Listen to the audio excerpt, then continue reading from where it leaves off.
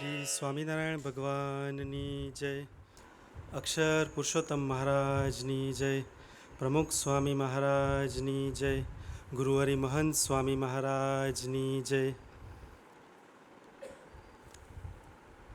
દર 3 મહિને આપણે આર્ષ પ્રવચનમાળાની અંદર અલગ અલગ વિષયો પર જ્ઞાન અને માર્ગદર્શન મેળવતા હોઈએ છીએ. 3 મહિના પહેલાં આપણે મેડિકલ ક્ષેત્રે બ્લડ પ્રેશર, ડાયાબિટીસ ને કિડની ડિઝીઝ એ વિશે ચર્ચા કરવાની છે. એ આપણે પૂર્વ ભૂમિકા આપેલી. આજના પવિત્ર એકાદશીના દિવસે પરમ પૂજ્ય મહંત સ્વામી મહારાજની કૃપા અને પૂજ્ય આનંદ સ્વરૂપ સ્વામી, પૂજ્ય શ્રુતિપ્રકાશ સ્વામીના માર્ગદર્શન હેઠળ આજે આપણે આ મેડિકલ ટૉપિક ઉપર ચર્ચા કરવા માટે ભેગા થયા છીએ. આપણે આજે બ્લડ પ્રેશર વિશે થોડીક ચર્ચા કરીશું. લગભગ બ્લડ પ્રેશર શબ્દથી કોઈ જ અજાણ હશે નહીં, અને આમાંથી હું ધારું છું ત્યાં સુધી લગભગ 1/3 લોકો બ્લડ પ્રેશરની દવા લેતા પણ હશે. આ આપણે આટલા ભેગા થયા છે એમાં લગભગ 40 વર્ષથી ઉપરના કેટલા છે? તો જરા હાથ ઊંચો કરે. લગભગ બધા જ છે, બરાબર. આમાંથી બ્લડ પ્રેશરની તકલીફ કેટલાને છે? ઘણા બધાને છે. કેટલાના ઘરની અંદર બ્લડ પ્રેશરની તકલીફ છે? માતા પિતાને, દાદાને. એટલે આપણે રોજબરોજના આપણા જીવનમાં આ શબ્દથી, આ તકલીફથી સહેજે પરિચિત જ છીએ. બ્લડ પ્રેશરની તકલીફ હોય અથવા ઘરમાં માતા પિતાને, દાદાને બ્લડ પ્રેશર હોય, સાથે હોસ્પિટલમાં જવાનું થયું હોય, એટલે બ્લડ પ્રેશર રિલેટેડ વિશેષ આપણે એવા જ ટૉપિકની આપણે ચર્ચા કરીશું કે જે આપણને રોજબરોજની જીવનમાં કામ લાગે, જે આપણને એવી માહિતી મળે કે જે આપણે સાથે લઈને ઘરે જઈએ, આપણે પણ જાગૃત થઈએ અને આપણે બીજા આપણા પરિવારમાં પણ એ જાગૃતિ સાથે આપણા ફેમિલી મેમ્બરને હેલ્પ અથવા ગાઈડ કરી શકીએ. આપણે જાણીએ છીએ કે બ્લડ પ્રેશર અથવા એને બીજી ભાષામાં કહીએ તો હાઇપર ટેન્શન. નોર્મલ વ્યક્તિનું બ્લડ પ્રેશર આપણે બધા જ જાણીએ છીએ કે આપણને બધાને પૂછીએ તો બધાને જ ખબર હશે કે 120/80 એટલે નોર્મલ બ્લડ પ્રેશર કહેવાય. અને એનાથી વધે 140થી ઉપર જાય, 150થી ઉપર જાય તો હાઈ બ્લડ પ્રેશર છે એવું આપણને બધાને જ લગભગ ખબર છે. તો આ બ્લડ પ્રેશર એક્ઝેક્ટલી છે શું એ પહેલાં આપણે સમજીએ. ઘણા આપણે એવી રીતે પણ જાણીએ છીએ કે ઉપરનું બ્લડ પ્રેશર આટલું છે અને નીચેનું આટલું છે. આપણને ખબર નથી કયું અગત્યનું નહીં. ઘણીવાર નીચેનું પહેલું બોલીએ, ઘણીવાર ઉપરનું પહેલું બોલીએ. અને હવે લગભગ બધા ઘરે લગભગ બધાના ઘરે બ્લડ પ્રેશરના ઇલેક્ટ્રોનિક મશીન પણ લગભગ હોય જ છે. જેના ઘરમાં વડીલ હોય એના ઘરમાં લગભગ બ્લડ પ્રેશર માપવાના મશીન હોય જ છે. તો બ્લડ પ્રેશર એ શું છે? તો બ્લડ પ્રેશર એટલે આપણું જે હૃદય છે એ એવરી મિનિટ એવરેજ 70 વખત પંપ કરે છે એવું આપણે જાણીએ છીએ. આપણને ખબર છે કે ભાઈ ધબકારા લગભગ 70થી 80ની વચ્ચે હોય છે. તો એ ધબકારા એ શું છે?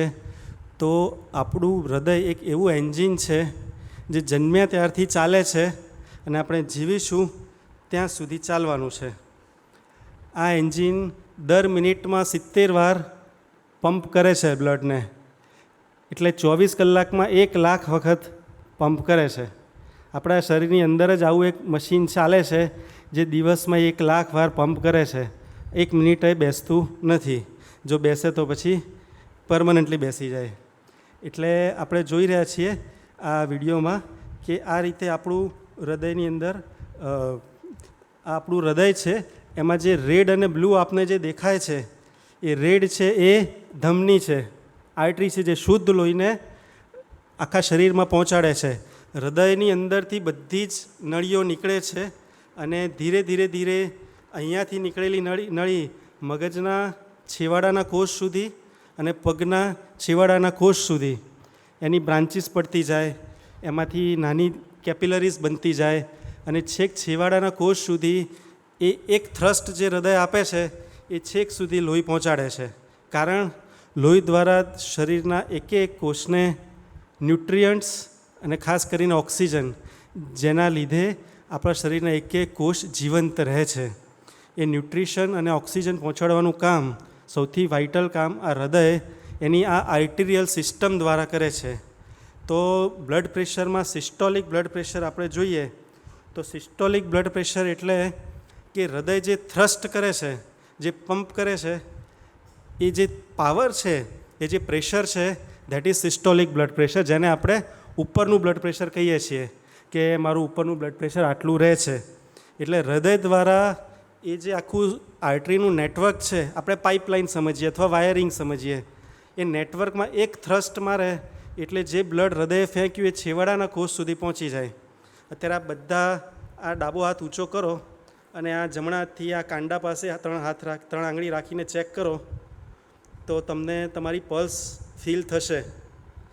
અંગૂઠા બાજુનું જે કાંડું છે ત્યાં નીચે રાખશો તો જો મારો હાથ હૃદયથી 1.5 ફૂટ ઉપર છે, અહીંથી મોટર પાણી ચડાવે એમ અહીંથી પાણી અહીંયા સુધી લોહી હૃદય પહોંચાડે છે. એટલો પાવર છે હૃદયની અંદર.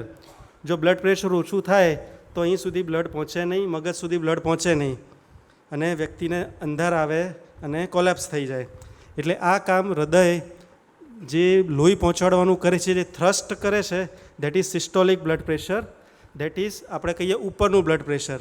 અને આપણી જાણકારી માટે કાયમ યાદ રાખવાનું કે ઉપરનું બ્લડ પ્રેશર ખૂબ જ અગત્યનું છે.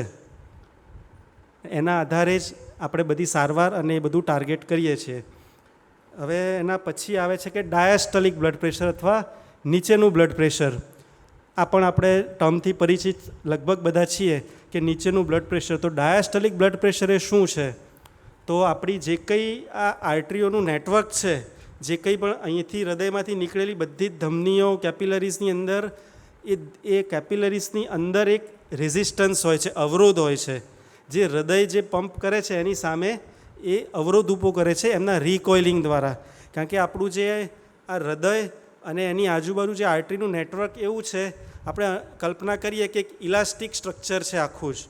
બાળક જન્મે ત્યારે એની જે શરીરની આર્ટરીઝ હોય એકદમ ઇલાસ્ટિક હોય છે, સ્ટ્રેચેબલ જેને કહેવાય.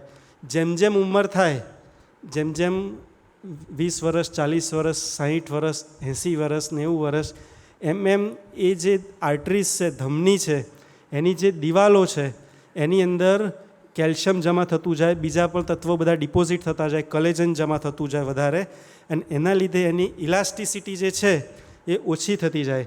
અને ઇલાસ્ટિસિટી જેમ જેમ ઓછી થતી જાય એમ એમ નીચેનું બ્લડ પ્રેશર ઉપર આવતું જાય. એટલે સિસ્ટોલિક બ્લડ પ્રેશર એટલે હૃદય જે થ્રસ્ટ કરે છે આખા બોડીમાં, એ સિસ્ટોલિક ઉપરનું બ્લડ પ્રેશર છે. અને આપણા રોજબરોજના જીવનમાં આપણી જાણકારી માટે, આપણા કામ માટે આપણે સિસ્ટોલિક બ્લડ પ્રેશર યાદ રાખવું જરૂરી છે. બ્લડ પ્રેશર કોને કહેવું કે ભાઈ નોર્મલ બ્લડ પ્રેશર છે, આપણે એવી પણ ટર્મ સાંભળીએ છીએ કે પ્રી હાઇપરટેન્શન છે, અથવા આપણે આપણા ફિઝિશિયન પાસે, પ્રેક્ટિશનર સાહેબ પાસે જઈએ ત્યારે કહે કે તમારું બીપી પહેલાંનું સ્ટેજ છે. જેમ શુગરમાં કહે છે ને કે ડાયાબિટીસ, એટલો ડાયાબિટીસ નથી પણ ડાયાબિટીસ પહેલાંનું સ્ટેજ છે. એવી રીતે બ્લડ પ્રેશરની અંદર પણ ક્યારે એને બ્લડ પ્રેશર કહેવું અથવા હાઇપરટેન્શન કહેવું? તો ભારતની અંદર બહુધા અમેરિકન હાર્ટ એસોસિએશન જે છે, અમેરિકાની જે હાર્ટ એસોસિએશનની જે ગાઈડલાઇન્સ છે એ આપણે અહીંયા ભારતમાં ફોલો થાય છે. એ પ્રમાણે કોઈપણ દર્દીનું બ્લડ પ્રેશર 140થી ઉપર હોય અને નીચેનું બ્લડ પ્રેશર એટલે કે ડાયાસ્ટોલિક બ્લડ પ્રેશર 90થી ઉપર હોય તો આપણે કહીએ કે દર્દીને હાઈ બ્લડ પ્રેશર છે. આ એક ચાર્ટ છે. આપણે આની અંદર આપણને બધા શબ્દો ખ્યાલ આવશે કે નોર્મલ બ્લડ પ્રેશર, પછી પ્રી હાઇપરટેન્શન, હાઇપરટેન્શનનું સ્ટેજ 1, સ્ટેજ 2, આ બધી શબ્દોની રમત છે. પ્રી હાઇપરટેન્શન આપણા માટે જાણવું ખૂબ જરૂરી છે. પ્રી હાઇપરટેન્શન એટલે એવું બ્લડ પ્રેશર કે 120થી ઉપર છે પણ 140થી નીચે છે. આ જે 120થી 40ની વચ્ચેનું જેનું બ્લડ પ્રેશર રહેતું હોય એને અમે પ્રી હાઇપરટેન્શનની કેટેગરીમાં મૂકીએ છીએ. કે દર્દી જો આ સ્ટેજ ઉપર પોતે પોતાની લાઈફસ્ટાઈલની અંદર ચેન્જ કરે તો એનું બ્લડ પ્રેશર દવા વગર મેનેજ થઈ જશે, અથવા એને આગળ જતાં દવાની જરૂર નહીં પડે. પછી આવે છે હાઇપરટેન્શન. એમાં આપણે 2 સ્ટેજ નોર્મલી અમે ડિફાઇન કરતા હોઈએ છીએ. સ્ટેજ 1 એટલે જેનું ઉપરનું બ્લડ પ્રેશર 140થી 160ની વચ્ચે રહેતું હોય, અને દેટ ઇઝ સ્ટેજ 1. અને સ્ટેજ 2 એટલે જેનું 160થી ઉપર રહેતું હોય, એને અમે સ્ટેજ 2 હાઇપરટેન્શન કહીએ છીએ.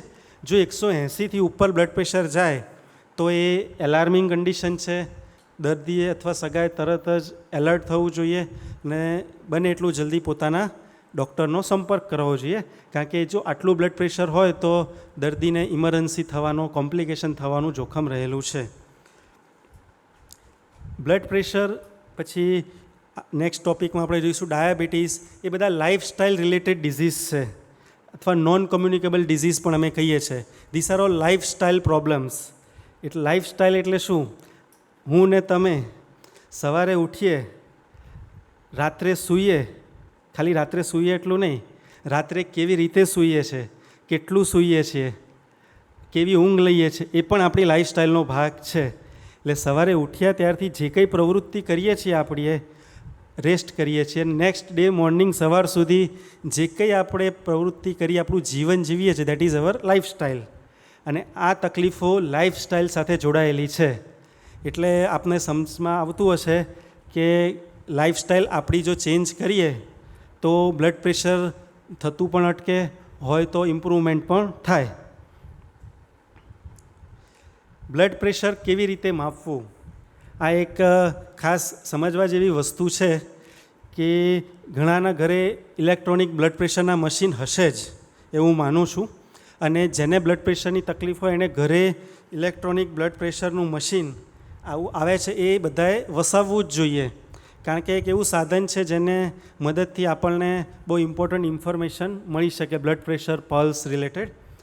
તો બ્લડ પ્રેશર કેવી રીતે માપવું એ બહુ ઇમ્પોર્ટન્ટ છે, કારણ કે હવે નવી ગાઈડલાઇન પ્રમાણે આપણે ક્લિનિકની અંદર ડૉક્ટરો દર્દીનું જે ઘરે બ્લડ પ્રેશર મોનિટરિંગ કરતા હોય અથવા માપીને એનો રેકોર્ડ રજૂ કરતા હોય, એના આધારે પણ બ્લડ પ્રેશરનું નિદાન કરતા હોય છે. તો ઓફિસમાં એટલે ડૉક્ટરની ક્લિનિકમાં અથવા ઘરની અંદર બ્લડ પ્રેશર કેવી રીતે માપવું એ ખાસ સમજવા જેવું છે, શીખવા જેવું છે. અથવા આપણે દર્દી બનીને અથવા આપણે આપણા સગા સાથે જો ડૉક્ટરની ચેમ્બરમાં ગયા હોઈએ તો આપણે શું ધ્યાન રાખવું એક દર્દી તરીકે અથવા સગા તરીકે, એ ખાસ આપણે સમજવા જેવું છે. આમાં આ ચેરની અંદર દર્દી બેઠેલો છે, આપને એ વિશે હું સમજાવું તો કોઈ પણ દર્દીનું બ્લડ પ્રેશર માપવું હોય તો આ રીતની સિટિંગ અરેન્જમેન્ટ એ આઈડિયલ છે માપવા માટે. દર્દી એકદમ સૂતો હોય, પલંગમાં હોય ત્યારે પણ માપી શકાય છે, પણ રૂટિનની અંદર જે આપણે બ્લડ પ્રેશર માપતા હોઈએ છીએ એ આ પોઝિશનની અંદર દર્દી કમ્ફર્ટેબલી બેસેલો હોવો જોઈએ, સપોર્ટથી બેઠેલો હોવો જોઈએ, અને એનો જે હાથ છે એ ટેબલની હાઇટ એટલી હોય કે એ હૃદયના લેવલે હોય, અને ત્યારે આપણું જે આર્મ કહેવાય ત્યાં આગળ આ રીતે બ્લડ પ્રેશરનો કફ બાંધી અને બ્લડ પ્રેશર માપવું જોઈએ. પણ એમાં ધ્યાન શું રાખવું જોઈએ કે દર્દી 5 મિનિટ પહેલાં બેસી ચૂક્યો હોવો જોઈએ. કોઈ દર્દી ત્યાંથી આવીને અહીંયા બેસે અને તરત હું બ્લડ પ્રેશર માપું તો થોડું વેરિએશન આવવાની સંભાવના છે, બ્લડ પ્રેશર થોડું હાઈ આવવાની સંભાવના છે. એટલે એક્ઝેક્ટ બ્લડ પ્રેશર એમાં ખબર ન પડે. એટલે દર્દી 5 મિનિટ, એટલીસ્ટ 5 મિનિટ બેઠેલો હોવો જોઈએ. અથવા ક્લિનિકની અંદર ગયા હોય, કદાચ ડૉક્ટરને એટલો સમય ન હોય તો આપણે વેઇટિંગ એરિયામાં પણ એટલીસ્ટ 5 મિનિટનો સમય આપણે રિલેક્સ થઈ બેસી પછી જ અંદર જવાનું થાય ડૉક્ટર પાસે, અથવા એમના જે ટીમ બ્લડ પ્રેશર માપતી હોય એમની પાસે જવાનું થાય, એવું આપણે ખાસ તકેદારી રાખવી જોઈએ. પ્લસ બ્લડ પ્રેશર માપવાની અથવા મપાવવાની એટલીસ્ટ અડધી કલાક પહેલાં સુધી કોઈ પણ કેફિનેટેડ ડ્રિંક્સ એટલે કે સોફ્ટ ડ્રિંક્સ કે ચા, કોફી અથવા આલ્કોહોલ, સ્મોકિંગ એવું જો લીધા પછી એની 30 મિનિટમાં જો બ્લડ પ્રેશર માપવામાં આવે તો એક્ઝેક્ટ સાચું બ્લડ પ્રેશર જાણી શકાય નહીં. એટલે ખાસ કરીને આપણે ચા, કોફી કે સોફ્ટ ડ્રિંક એવા પીણા પીને 30 મિનિટની અંદર ઘરે બ્લડ પ્રેશર માપવું નહીં અથવા ક્લિનિકમાં માપવું નહીં. બીજી ખાસ જાણવા જેવી વસ્તુ એ છે કે આપણે જો ઘરે બ્લડ પ્રેશરનું મશીન રાખતા હોય અને આપણે આપણા ડૉક્ટર પાસે ફોલોઅપમાં જતા હોઈએ બ્લડ પ્રેશરના કે બીજી તકલીફ માટે, તો હંમેશા આપણું ઘરનું બ્લડ પ્રેશરનું મશીન છે ને લઈને જવું સાથે.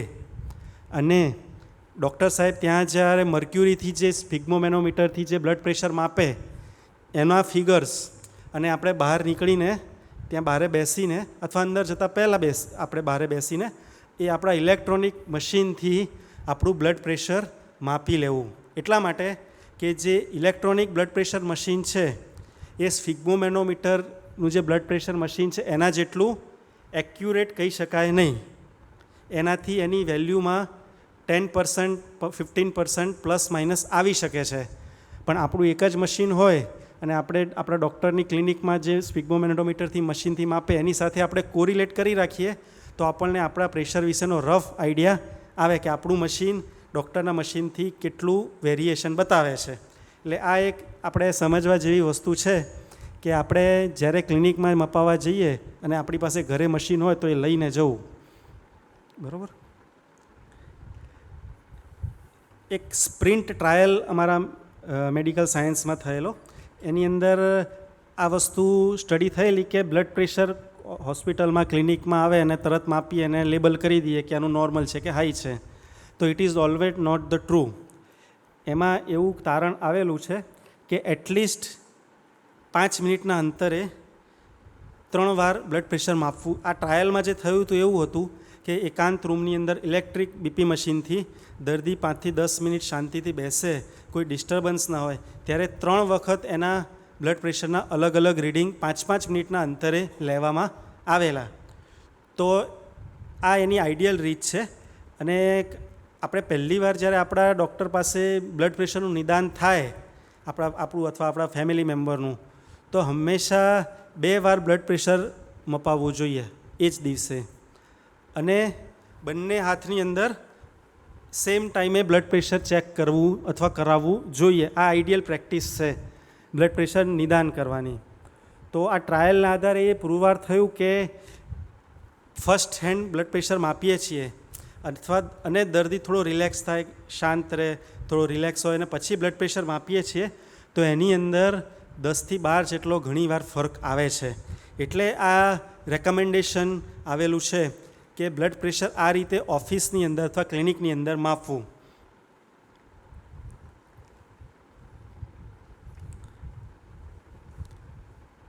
બીજું છે હોમ બ્લડ પ્રેશર. ઘરે પણ એકવાર આપણને બ્લડ પ્રેશરનું મશીન હોય અને બ્લડ પ્રેશર માપવાનું થાય તો આ જ તકેદારી જે આપણે ક્લિનિક માટે સમજાવી એ જ આપણે જાતે યાદ રાખવી જરૂરી છે. કાં દર્દી સૂતો હોય, કાં દર્દી ચેરમાં, સોફામાં કમ્ફર્ટેબલી બેઠો હોય, અથવા ડાઇનિંગ ટેબલ હોય તો તેની ચેરમાં બેઠો હોય અને મશીન છે એ ટેબલ પર હોય, હાર્ટના લેવલે હોય, અડધી કલાક પહેલાં ચા કોફી કોઈ પીણા પીધેલા ના હોય અને લગભગ રોજ એક જ સમયે બ્લડ પ્રેશર માપીએ એ હિતાવહ છે. બીજો એક કન્સેપ્ટ છે એમ્બ્યુલેટરી બ્લડ પ્રેશર મોનિટરિંગ. આ શબ્દથી કદાચ આપણે બધા બહુ પરિચિત નહીં હોઈએ, પણ અમે કાર્ડિયોલોજિસ્ટ એમ્બ્યુલેટરી બ્લડ પ્રેશર મોનિટરિંગને ખૂબ જ મહત્ત્વ આપીએ છીએ. આ આપણે જે દિનચર્યા કરીએ છીએ સવારથી ઉઠ્યા અને નેક્સ્ટ ડે સૂઈને ઉઠીએ ત્યાં સુધી, આ એક એવું બીપીનું જ મશીન આવે છે પણ એ આપણા હાથ સાથે લગાડી દે, ફિટ કરી દે અને ઓટોમેટિક એ મશીનની અંદર દર કલાકે એની અંદર પ્રોગ્રામિંગ હોય કે બ્લડ પ્રેશર હાથનું માપતું રહે. આપણે સૂતા હોઈએ, આપણે જમતા હોઈએ, આપણે ચાલતા હોઈએ, આપણે વ્હીકલ ચલાવતા, કંઈ પણ પ્રવૃત્તિ આપણે કરતા હોઈએ, એટલે આખા દિવસ દરમિયાન આપણે જે કંઈ એક્ટિવિટી કરીએ છીએ એ દરમિયાન આપણું બ્લડ પ્રેશર કેટલું રહે છે એ 24 કલાકનો રેકોર્ડ આ એમ્બ્યુલેટરી બ્લડ પ્રેશર મોનિટરિંગથી આપણે મેળવી શકીએ છીએ. ખાસ કરીને જ્યારે રાત્રે આપણે સૂતા હોઈએ તો આ ખાસ આપણે સમજવા જેવું છે કે જ્યારે આપણે રાત્રે સૂઈ જઈએ, આપણું મન શાંત હોય, આપણે ડીપ સ્લીપમાં હોઈએ, ત્યારે આપણું બ્લડ પ્રેશર મિનિમમ 10 થી 15 મિલીમીટર ઓફ મર્ક્યુરી જેટલું ફોલ થાય છે. આપણે સૂતા હોઈએ, રિલેક્સ હોઈએ, ઊંઘમાં હોઈએ, એને અમારી ભાષામાં નાઇટ ડીપ એટલે ઊંડા જવું, નાઇટ ડીપિંગ કહેવામાં આવે છે. આ નોર્મલ ફિઝિયોલોજીકલ ફિનોમિના છે કે દરેક વ્યક્તિનું બ્લડ પ્રેશર જ્યારે સૂતા હોય ત્યારે નાઇટ ટાઈમ ડીપિંગ થાય જ નોર્મલી. આ એમ્બ્યુલેટરી બ્લડ પ્રેશરની અંદર અમે એ વસ્તુ ખાસ મોનિટર કરીએ છીએ કે ડાયરનલ વેરિએશન, સવારથી સાંજ સુધી બ્લડ પ્રેશરમાં શું શું ફ્લક્ચ્યુએશન આવે છે, ક્યારે શૂટઅપ થાય છે, ક્યારે ડાઉન થાય છે, ક્યારે એકદમ ડાઉન થાય છે, અને એની બધી મેમરી દર્દીની સાથે કોરિલેટ પણ કરીએ કે અમે દોડ્યા હતા, કે અમે સ્ટ્રેસમાં હતા, કે અમે વોશરૂમ ગયા હતા. એ દરેક ક્રિયાની અંદર આપણું બ્લડ પ્રેશર આની અંદર એ મોનિટર કરે છે. એમ્બ્યુલેટરી બ્લડ પ્રેશર મોનિટરિંગ એ એટલું એક્યુરેટ છે, ખાસ કરીને જો દર્દીને બ્લડ પ્રેશર ક્લિનિકની અંદર આવતું ન હોય. ઘણીવાર ક્લિનિકમાં જાય તો બ્લડ પ્રેશર નોર્મલ આવતું હોય, પણ ઘરે માપે અથવા એવું દર્દીને લાગે કે મને માથું ભારે રહે છે, મજા નથી આવતી, થાક વર્તાય છે, બ્લડ પ્રેશર જેવું લાગે છે, દર્દીને પોતાને જ થાય કે મને કંઈક બીપી જેવું લાગે છે, પણ બીપી આવતું ના હોય ક્લિનિકમાં. એને માસ્ક હાઇપરટેન્શન કહેતા હોય છે, કે ડૉક્ટર પાસે જાય ત્યારે બ્લડ પ્રેશર ઘણીવાર નોર્મલ થઈ જાય છે, અને અધરવાઇઝ ઘરે માપે ત્યારે બ્લડ પ્રેશર હાઈ આવે છે. તો આ એમ્બ્યુલેટરી બ્લડ પ્રેશર મોનિટરિંગ એનો ખાસ એડવાન્ટેજ એ છે કે જો નાઇટ ડિપિંગ જો દર્દીનું જે નોર્મલ વ્યક્તિનું થવું જોઈએ એ એમ્બ્યુલેટરી બ્લડ પ્રેશર મોનિટરિંગમાં જો એ ન થાય તો સમજવું કે દર્દીને બ્લડ પ્રેશર ડેફિનેટલી છે, અને આગળ જતાં હાર્ટ રિલેટેડ પ્રોબ્લેમ થવાનું જોખમ પણ બતાવે છે. તકલીફ ખાલી એટલી જ છે એમ્બ્યુલેટરી બ્લડ પ્રેશર મોનિટરિંગની કે એટલું સુલભ સહજ નથી. એના માટે આખું પ્રોટોકોલ ફોલો કરવો પડે, મશીન મંગાવીને દર્દીને આપવું પડે. It is little costly also, પણ કોઈક દર્દીની અંદર અમને જરૂર લાગે જ્યાં અમને ડાઉટ હોય ત્યાં અમે આ એમ્બ્યુલેટરી બ્લડ પ્રેશર મોનિટરિંગનો અમે યુઝ કરતા હોઈએ છીએ. હવે આપણે સમજીએ કે બ્લડ પ્રેશરના કારણ શું છે, કેમ બ્લડ પ્રેશર થાય છે. તો આપણે નાનપણથી એવું સાંભળતા હતા કે ઉંમર વધે એટલે બ્લડ પ્રેશર થાય જ, અથવા એવું સાંભળતા કે જેટલી ઉંમર એમાં 100 ઉમેરી દો એટલું બ્લડ પ્રેશર હોય જ. આવું આપણે જનરલી સાંભળતા આવ્યા છીએ, અને એકચ્યુઅલી જોવા જઈએ તો 85-90% કેસીસમાં બ્લડ પ્રેશરનું કોઈ કારણ મળતું નથી. આ ફેક્ટ વસ્તુ છે, જેને અમે અસેન્શિયલ હાઇપરટેન્શન પણ કહીએ છીએ, અથવા પ્રાઇમરી હાઇપરટેન્શન પણ કહીએ છીએ, કે ભાઈ જેનું કોઈ કારણ ખબર પડતી નથી. પણ રિસર્ચ અને અનુભવોને આધારે એટલું ખબર પડી છે કે because it is a lifestyle related disease, એટલે જેની લાઇફસ્ટાઇલમાં આ લખ્યા એ બધા કારણો હોય જે પહેલાં ખ્યાલમાં નહોતા, જેમ કે વજન વધારે હોય, ઓબેસિટી હોય, દર્દી સોલ્ટ મીઠું વધારે લેવાની ટેવ હોય, ચડિયાતું મીઠું લેતા હોય, ટેબલ પર અલગ મીઠાની ડબ્બી ઘરમાં રાખેલી જ હોય, કંઈ પણ વસ્તુ હોય એટલે ઉપરથી ભભરાવાની ટેવ હોય જ, સફરજન ખાય તોય મીઠું ભભરાવીને જ ખાય, કારણ કે એના વગર ટેસ્ટ આવે જ નહીં. આ બધી આપણી સામાન્ય પ્રેક્ટિસીસ ઘરે ઘરે જોવા મળે છે. સેડેન્ટરી લાઈફસ્ટાઈલ સૌથી મોટામાં મોટું ફેક્ટર છે. બેઠાડું જીવન. આજથી 20 વર્ષ, 30 વર્ષ, 40 વર્ષ પહેલાંની લાઈફ અલગ હતી, લોકોની જોબ અલગ હતી, પ્રવૃત્તિ અલગ હતી, જેમાં વધારે ચાલવાનું, સાયકલિંગ, આટલા 4 વ્હીલ્સ નહોતા. ત્યારે સહેજે કોઈ પણ માણસ દિવસનું 2 કિલોમીટર તો એમ ચાલી જ લેતો, અથવા સાયકલ ઘરે સાયકલ હતી એ જમાનામાં, સાયકલ તો ચલાવતા જ હોય. એ આજે ઓછું થઈ ગયું છે, અને ડાયટ આપણો આખો જ ટ્રાન્સફોર્મ થઈ ગયો છે. પહેલાં આજથી 20-25 વર્ષ પહેલાં પીઝા, બર્ગરનું ચલણ આટલું નહોતું, જે પણ ફેટી ફૂડ આપણે જેને કહીએ છીએ. આજે એટલા બધા આઉટલેટ્સ ને એટલું બધું, જ્યાં જાઓ ત્યાં તમને ફાસ્ટ ફૂડના આઉટલેટ્સ જ જોવા મળે. એટલે આખું સોસાયટી એ રીતે ચેન્જ થઈ રહી છે.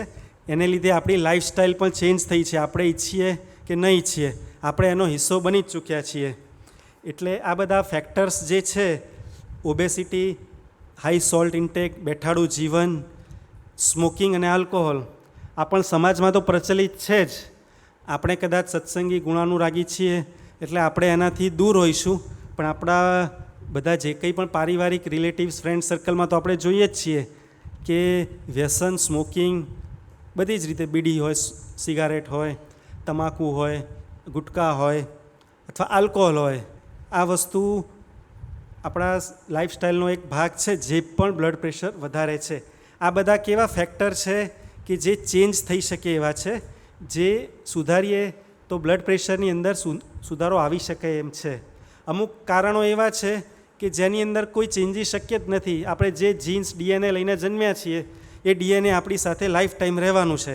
એટલે જેટલા વારસાગત જનીનિક કારણો છે બ્લડ પ્રેશર વધવાના, બહુ જ બધા જનીનિક ફેક્ટર્સ રોલ પ્લે કરે છે, એ આપણે ચેન્જ કરી શકીએ એમ નથી. અને આપણે આપણી એજિંગ પ્રોસેસ અટકાવી શકીએ એમ નથી. જેમ જેમ ઉંમર વધશે એમ આપણી આર્ટરીઓની ઇલાસ્ટિસિટી ઓછી થવાની જ છે. એટલે એજિંગ સાથે બ્લડ પ્રેશર વધવાનું જ છે.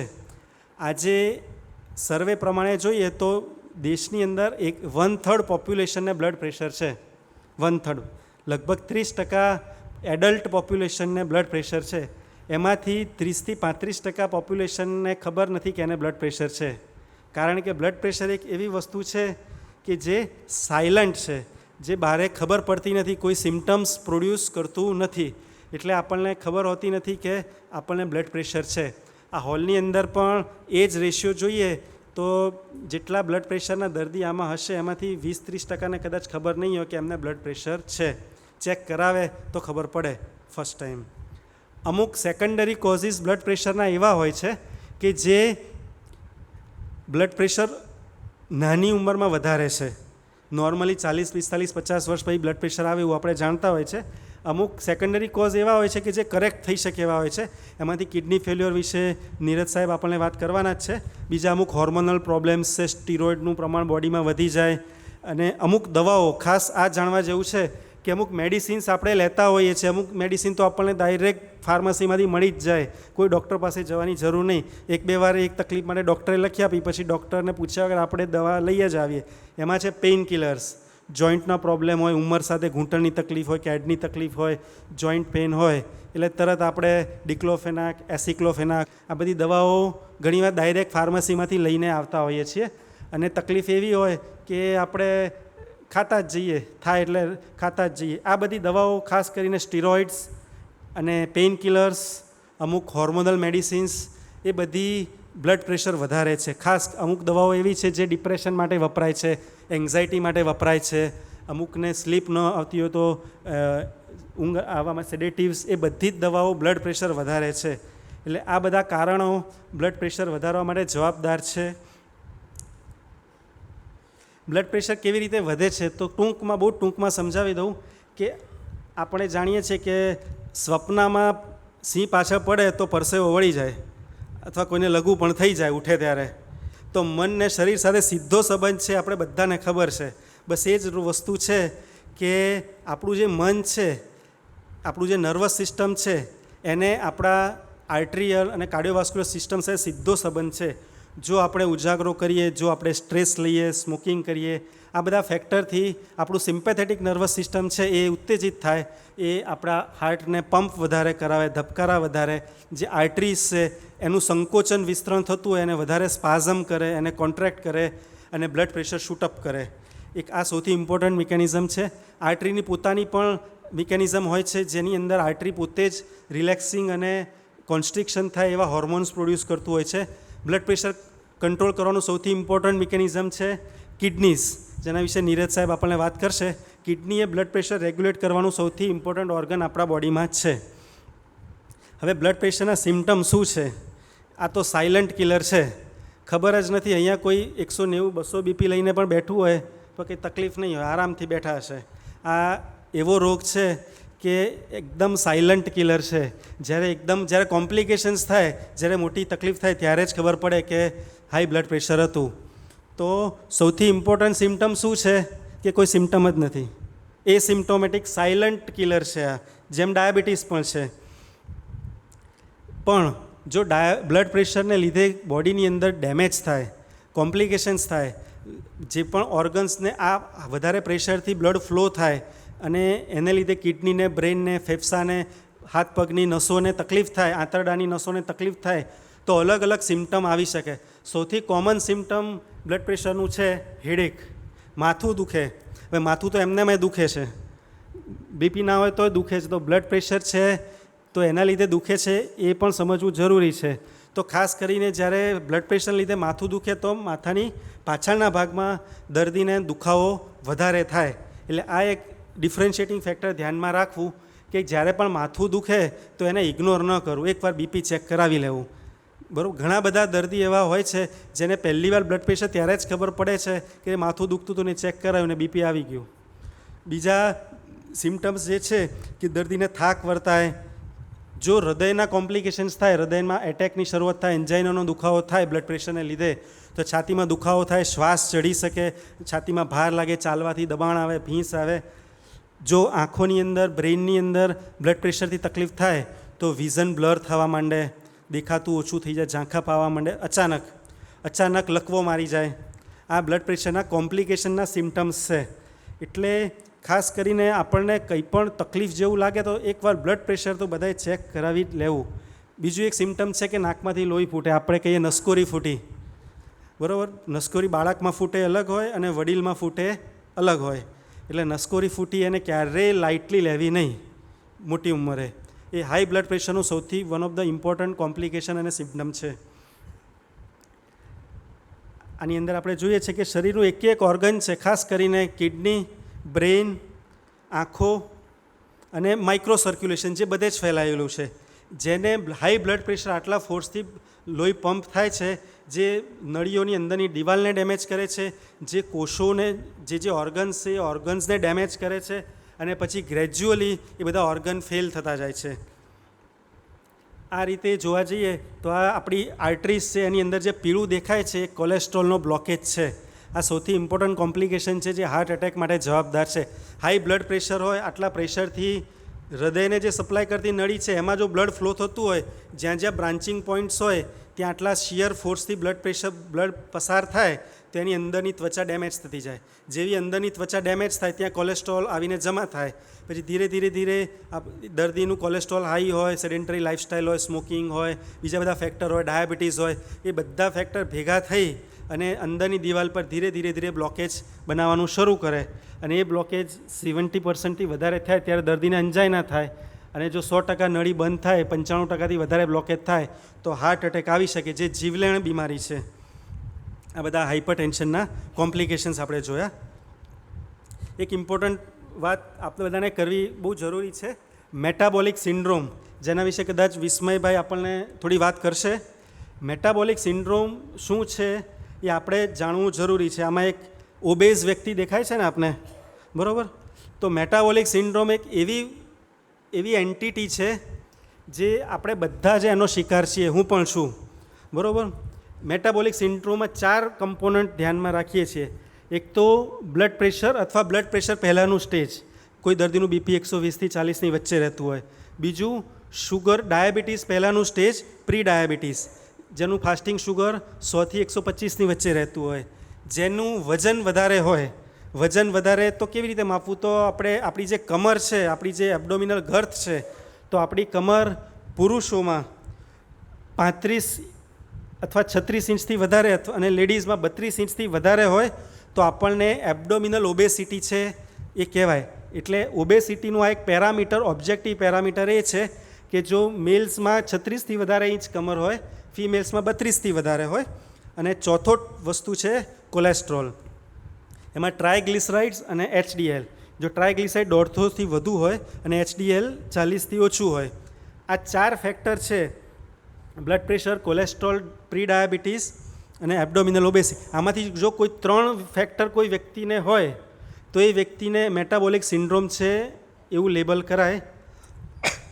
અને આગળ જતાં એને બ્લડ પ્રેશર, ડાયાબિટીસ અને કાર્ડિયોવાસ્ક્યુલર હેલ્થ પ્રોબ્લેમ થવાના પૂરા ચાન્સીસ છે. એટલે આ સ્ટેજમાં આપણે કોઈ હોઈએ તો આપણે આ જાણવા જેવું છે ને આમાંથી આપણી લાઈફસ્ટાઈલ ચેન્જ કરવા જેવું છે. હવે બ્લડ પ્રેશર કોઈનું ખબર પડી ગઈ આપણને કે આટલું બ્લડ પ્રેશર છે તો આપણે એને શું કરવાનું? દવા ચાલુ કરી દેવાની ને પછી કહેવાનું હવે 2 મહિના પછી આવજો, ત્યારે જોઈ લઈશું. એટલું જરૂરી નથી. અમે એઝ અ કાર્ડિયોલોજિસ્ટ અથવા ફિઝિશિયન દર્દીને રિસ્ક શું છે, દર્દીને આવનારા 10 વર્ષોમાં જીવલેણ, fatal cardiovascular problem, heart attack, angina અથવા સ્ટ્રોક, જીવલેણ, એનું જોખમ કેટલું છે એની અમે એસેસમેન્ટ કરતા હોઈએ છીએ. એમાં ઘણા બધા પેરામીટર અમે સ્ટડી કરતા હોઈએ છીએ દર્દીના. એની અંદર ખાસ કરીને દર્દીની એજ, કોલેસ્ટ્રોલ લેવલ, દર્દી સ્મોકર છે કે નહીં, એ પેરામીટર અમે સ્ટડી કરતા હોય છે અને એના આધારે એક અમે રિસ્ક સ્કોર ડિવાઇસ કરતા હોય છે. ઘણા બધા સ્કોરિંગ સિસ્ટમ્સ હોય છે. ફ્રેમિંગામ રિસ્ક સ્કોરિંગ સિસ્ટમ હોય છે, ACS રિસ્ક સ્કોરિંગ સિસ્ટમ છે, European heart risk scoring system છે. મેં અલગ અલગ મેથડને આધારે દર્દીનું બ્લડ પ્રેશર, દર્દીને ડાયાબિટીસ છે કે નહીં, દર્દીનું વજન કેટલું છે, સ્મોકિંગ છે કે નહીં, ફેમિલી હિસ્ટ્રી છે કે નહીં, હાર્ટ પ્રોબ્લેમની, આ બધી ઇન્ફોર્મેશન એકત્ર કરી અને આજે જે દર્દીને બ્લડ પ્રેશર ડાયગ્નોઝ થયું છે એને આવનારા 10 વર્ષમાં મેજર હાર્ટ એટેકનું અથવા સ્ટ્રોકનું, લાઈફ થ્રેટનિંગ સ્ટ્રોકનું જોખમ કેટલું છે એનું અમે ઓબ્જેક્ટિવ એનાલિસિસ કરતા હોય છે. દર્દીને એક્સપ્લેન પણ કરતા હોય છે કે તમે તમારી લાઈફસ્ટાઈલમાં બ્લડ પ્રેશર, શુગરમાં આટલું ચેન્જીસ કરશો, આ રીતે કરશો તો આ રિસ્ક ઘટતું જશે. કોઈને દવા ખાવી ગમે છે આમાંથી? કોઈને ગમતી નથી. એક તો બીપીની દવા આવી, પછી ડાયાબિટીસની, અને જો આ કોમ્પ્લિકેશન થાય, એકવાર હાર્ટ એટેક આવે એટલે મિનિમમ 4 દવા એડ થઈ જાય, 3 થી 4 દવા. ડાયાબિટીસ હોય, પછી કિડનીની તકલીફ થાય એટલે બીજી દવાઓનું લિસ્ટ, આટલું 10-12 દવાનું લિસ્ટ લઈને દર વખતે પછી જવું પડે. એવું ન થાય, એવી જિંદગી ન થાય. એટલે જેને બ્લડ પ્રેશર, ડાયાબિટીસ છે એણે પોતાનું મેનેજમેન્ટ સારી રીતે કરવું અને પોતે જાગૃત રહેવું જરૂરી છે. એક બીજું ઇમ્પોર્ટન્ટ ફેક્ટર જે બ્લડ પ્રેશર કરે છે એ આપણે બધાને વાત કરવી જરૂરી છે, ઓબ્સ્ટ્રક્ટિવ સ્લીપ એપનિયા. આ એક એવી એન્ટિટી છે કે બહુ કોઈને ખ્યાલ નથી. ઘણાને નસકોરા બોલવાની ટેવ છે. નસકોરા લગભગ બધા બોલાવતા હોય છે અને બધા લગભગ ઓવરવેટ હોઈએ છીએ. આપણે લગભગ અહીં બેઠા એમાંથી પણ 50%થી વધારે આપણે બધા ઓવરવેટ છીએ. તો જે વ્યક્તિ ઓવરવેટ હોય, જેને નસકોરા વધારે બોલતા હોય, પરિવારના સભ્યો કે આપણને તો ખબર હોય નહીં, અને એવા વ્યક્તિને જો એવી તકલીફ થાય કે 7 કલાક, 8 કલાક, 9 કલાક સૂવે તો પણ સવારે થાક જ લાગે, ફ્રેશનેસ લાગે જ નહીં, અથવા દિવસ દરમિયાન કોન્સન્ટ્રેટ ન કરી શકે, દિવસ દરમિયાન ઊંઘ આવ્યા કરે, જો આ બધા સિમ્ટમ આપણને કોઈને આવતા હોય તો સમજવું કે આપણને ઓબ્સ્ટ્રક્ટિવ સ્લીપ એપનિયા હોવાની સંભાવના છે. તો એની તપાસ કરી, અને એ બ્લડ પ્રેશરનું અને હાર્ટ એટેકનું બહુ જ ઇમ્પોર્ટન્ટ ફેક્ટર છે. એટલે જો સ્લીપ એપનિયા હોય, જેને નસકોરા બોલતા હોય, જે ઓવરવેટ હોય, જેને આવા સિમ્ટમ હોય કે દિવસે થાક લાગતો હોય, ઊંઘ આવતી હોય અને રાત્રે ઊંઘ્યા છતાંય ફ્રેશનેસ જ ન લાગતી હોય, તો એણે તાત્કાલિક આ સ્લીપ સ્ટડી જે થાય છે ઓબ્સ્ટ્રક્ટિવ સ્લીપ એપનિયા માટે, એ કરાવી અને એનું સારવાર કરવી જોઈએ. હવે બ્લડ પ્રેશર કેટલું રાખવું જોઈએ? તો બ્લડ પ્રેશર આપણે બધા સમજીએ કે ભાઈ 140થી નીચે રાખવું જોઈએ. તો બહુધા આ જ ગાઈડલાઇન છે કે 60 વર્ષથી ઉપર હોય એનું બ્લડ પ્રેશર 150થી નીચે રાખવું, અને 60 વર્ષથી નીચે હોય એનું બ્લડ પ્રેશર 140થી નીચે રહે એ એક્સેપ્ટેબલ છે. જો ડાયાબિટીસ હોય તો વધારે હિતાવહ છે કે 130 રહે, પણ દવા લેતો બ્લડ પ્રેશરનો દર્દીનું બ્લડ પ્રેશર 140થી નીચે રહે એ હિતાવહ છે. હવે મેનેજમેન્ટ માટે શું કરવું? દવા તો લેવાની જ છે, દવાની ચર્ચા આપણે અહીંયા કંઈ કરવાના નથી. દવા સિવાયના જે ઉપાયો છે એની આપણે અત્યારે ચર્ચા કરી લઈએ. તો એની અંદર જે જે મેઝર્સ આપણે આપણી લાઈફસ્ટાઈલ માટે કરવાના છીએ એની આપણે બહુ ઝડપથી ચર્ચા કરી લઈએ. તો ખાસ કરીને આવું મશીન ઘરે વસાવવું જેને બ્લડ પ્રેશરની ઘરમાં તકલીફ હોય. ડાયટ, સોલ્ટ ઇન્ટેક, આ 2 ઇમ્પોર્ટન્ટ વસ્તુ છે. સોલ્ટ જે છે, મીઠું છે, મીઠું આપણને ગુજરાતીને બધા કહે છે કે ચડિયાતું મીઠું જોઈએ, અને આપણે એક્સ્ટ્રા મીઠું લેતા હોય. પાપડ, અથાણા, અડદના પાપડ, એ પણ સહેજે આપણને વધારે રુચિકર હોય છે. એટલે નોર્મલ એવરેજ બ્લડ પ્રેશરના દર્દીએ 5 ગ્રામ એટલે 1 ચમચી, ચાની ચમચી, ટીસ્પૂનફૂલથી ઓછું મીઠું 24 કલાકમાં લેવું જોઈએ. પણ એવરેજ આપણે બધા ઇન્ડિયન્સ 8થી 15 ગ્રામ જેટલું એવરેજ મીઠું લઈએ, 20 ગ્રામ સુધી પણ લઈએ છીએ. અને મેક્સિમમ મીઠાનો સોર્સ એ પ્રોસેસ ફૂડમાંથી આવે છે. જેટલું બહારની ખાણીપીણી ખાઈએ છીએ, જેટલું બહારે આપણે ખાઈએ છીએ, એ બધું બહુ જ હાઈલી સોલ્ટ રીચ ફૂડ હોય છે. એટલે સોલ્ટનો ઇન્ટેક ઘટાડવો જોઈએ. ખાસ કરીને જેટલું એટલીસ્ટ આપણે ઉપરથી મીઠું નાખતા હોઈએ, અથાણા પાપડ ખાતા હોઈએ, બ્લડ પ્રેશરના દર્દીએ એની ઉપર કંટ્રોલ કરવો જરૂરી છે.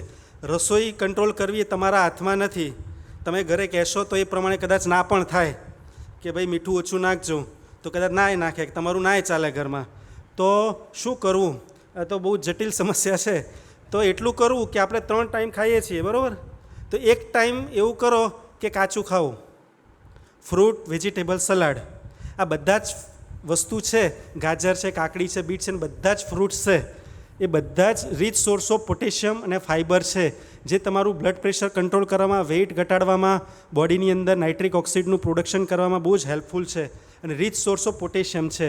એટલે સોલ્ટની સામેનું આ એક હથિયાર છે.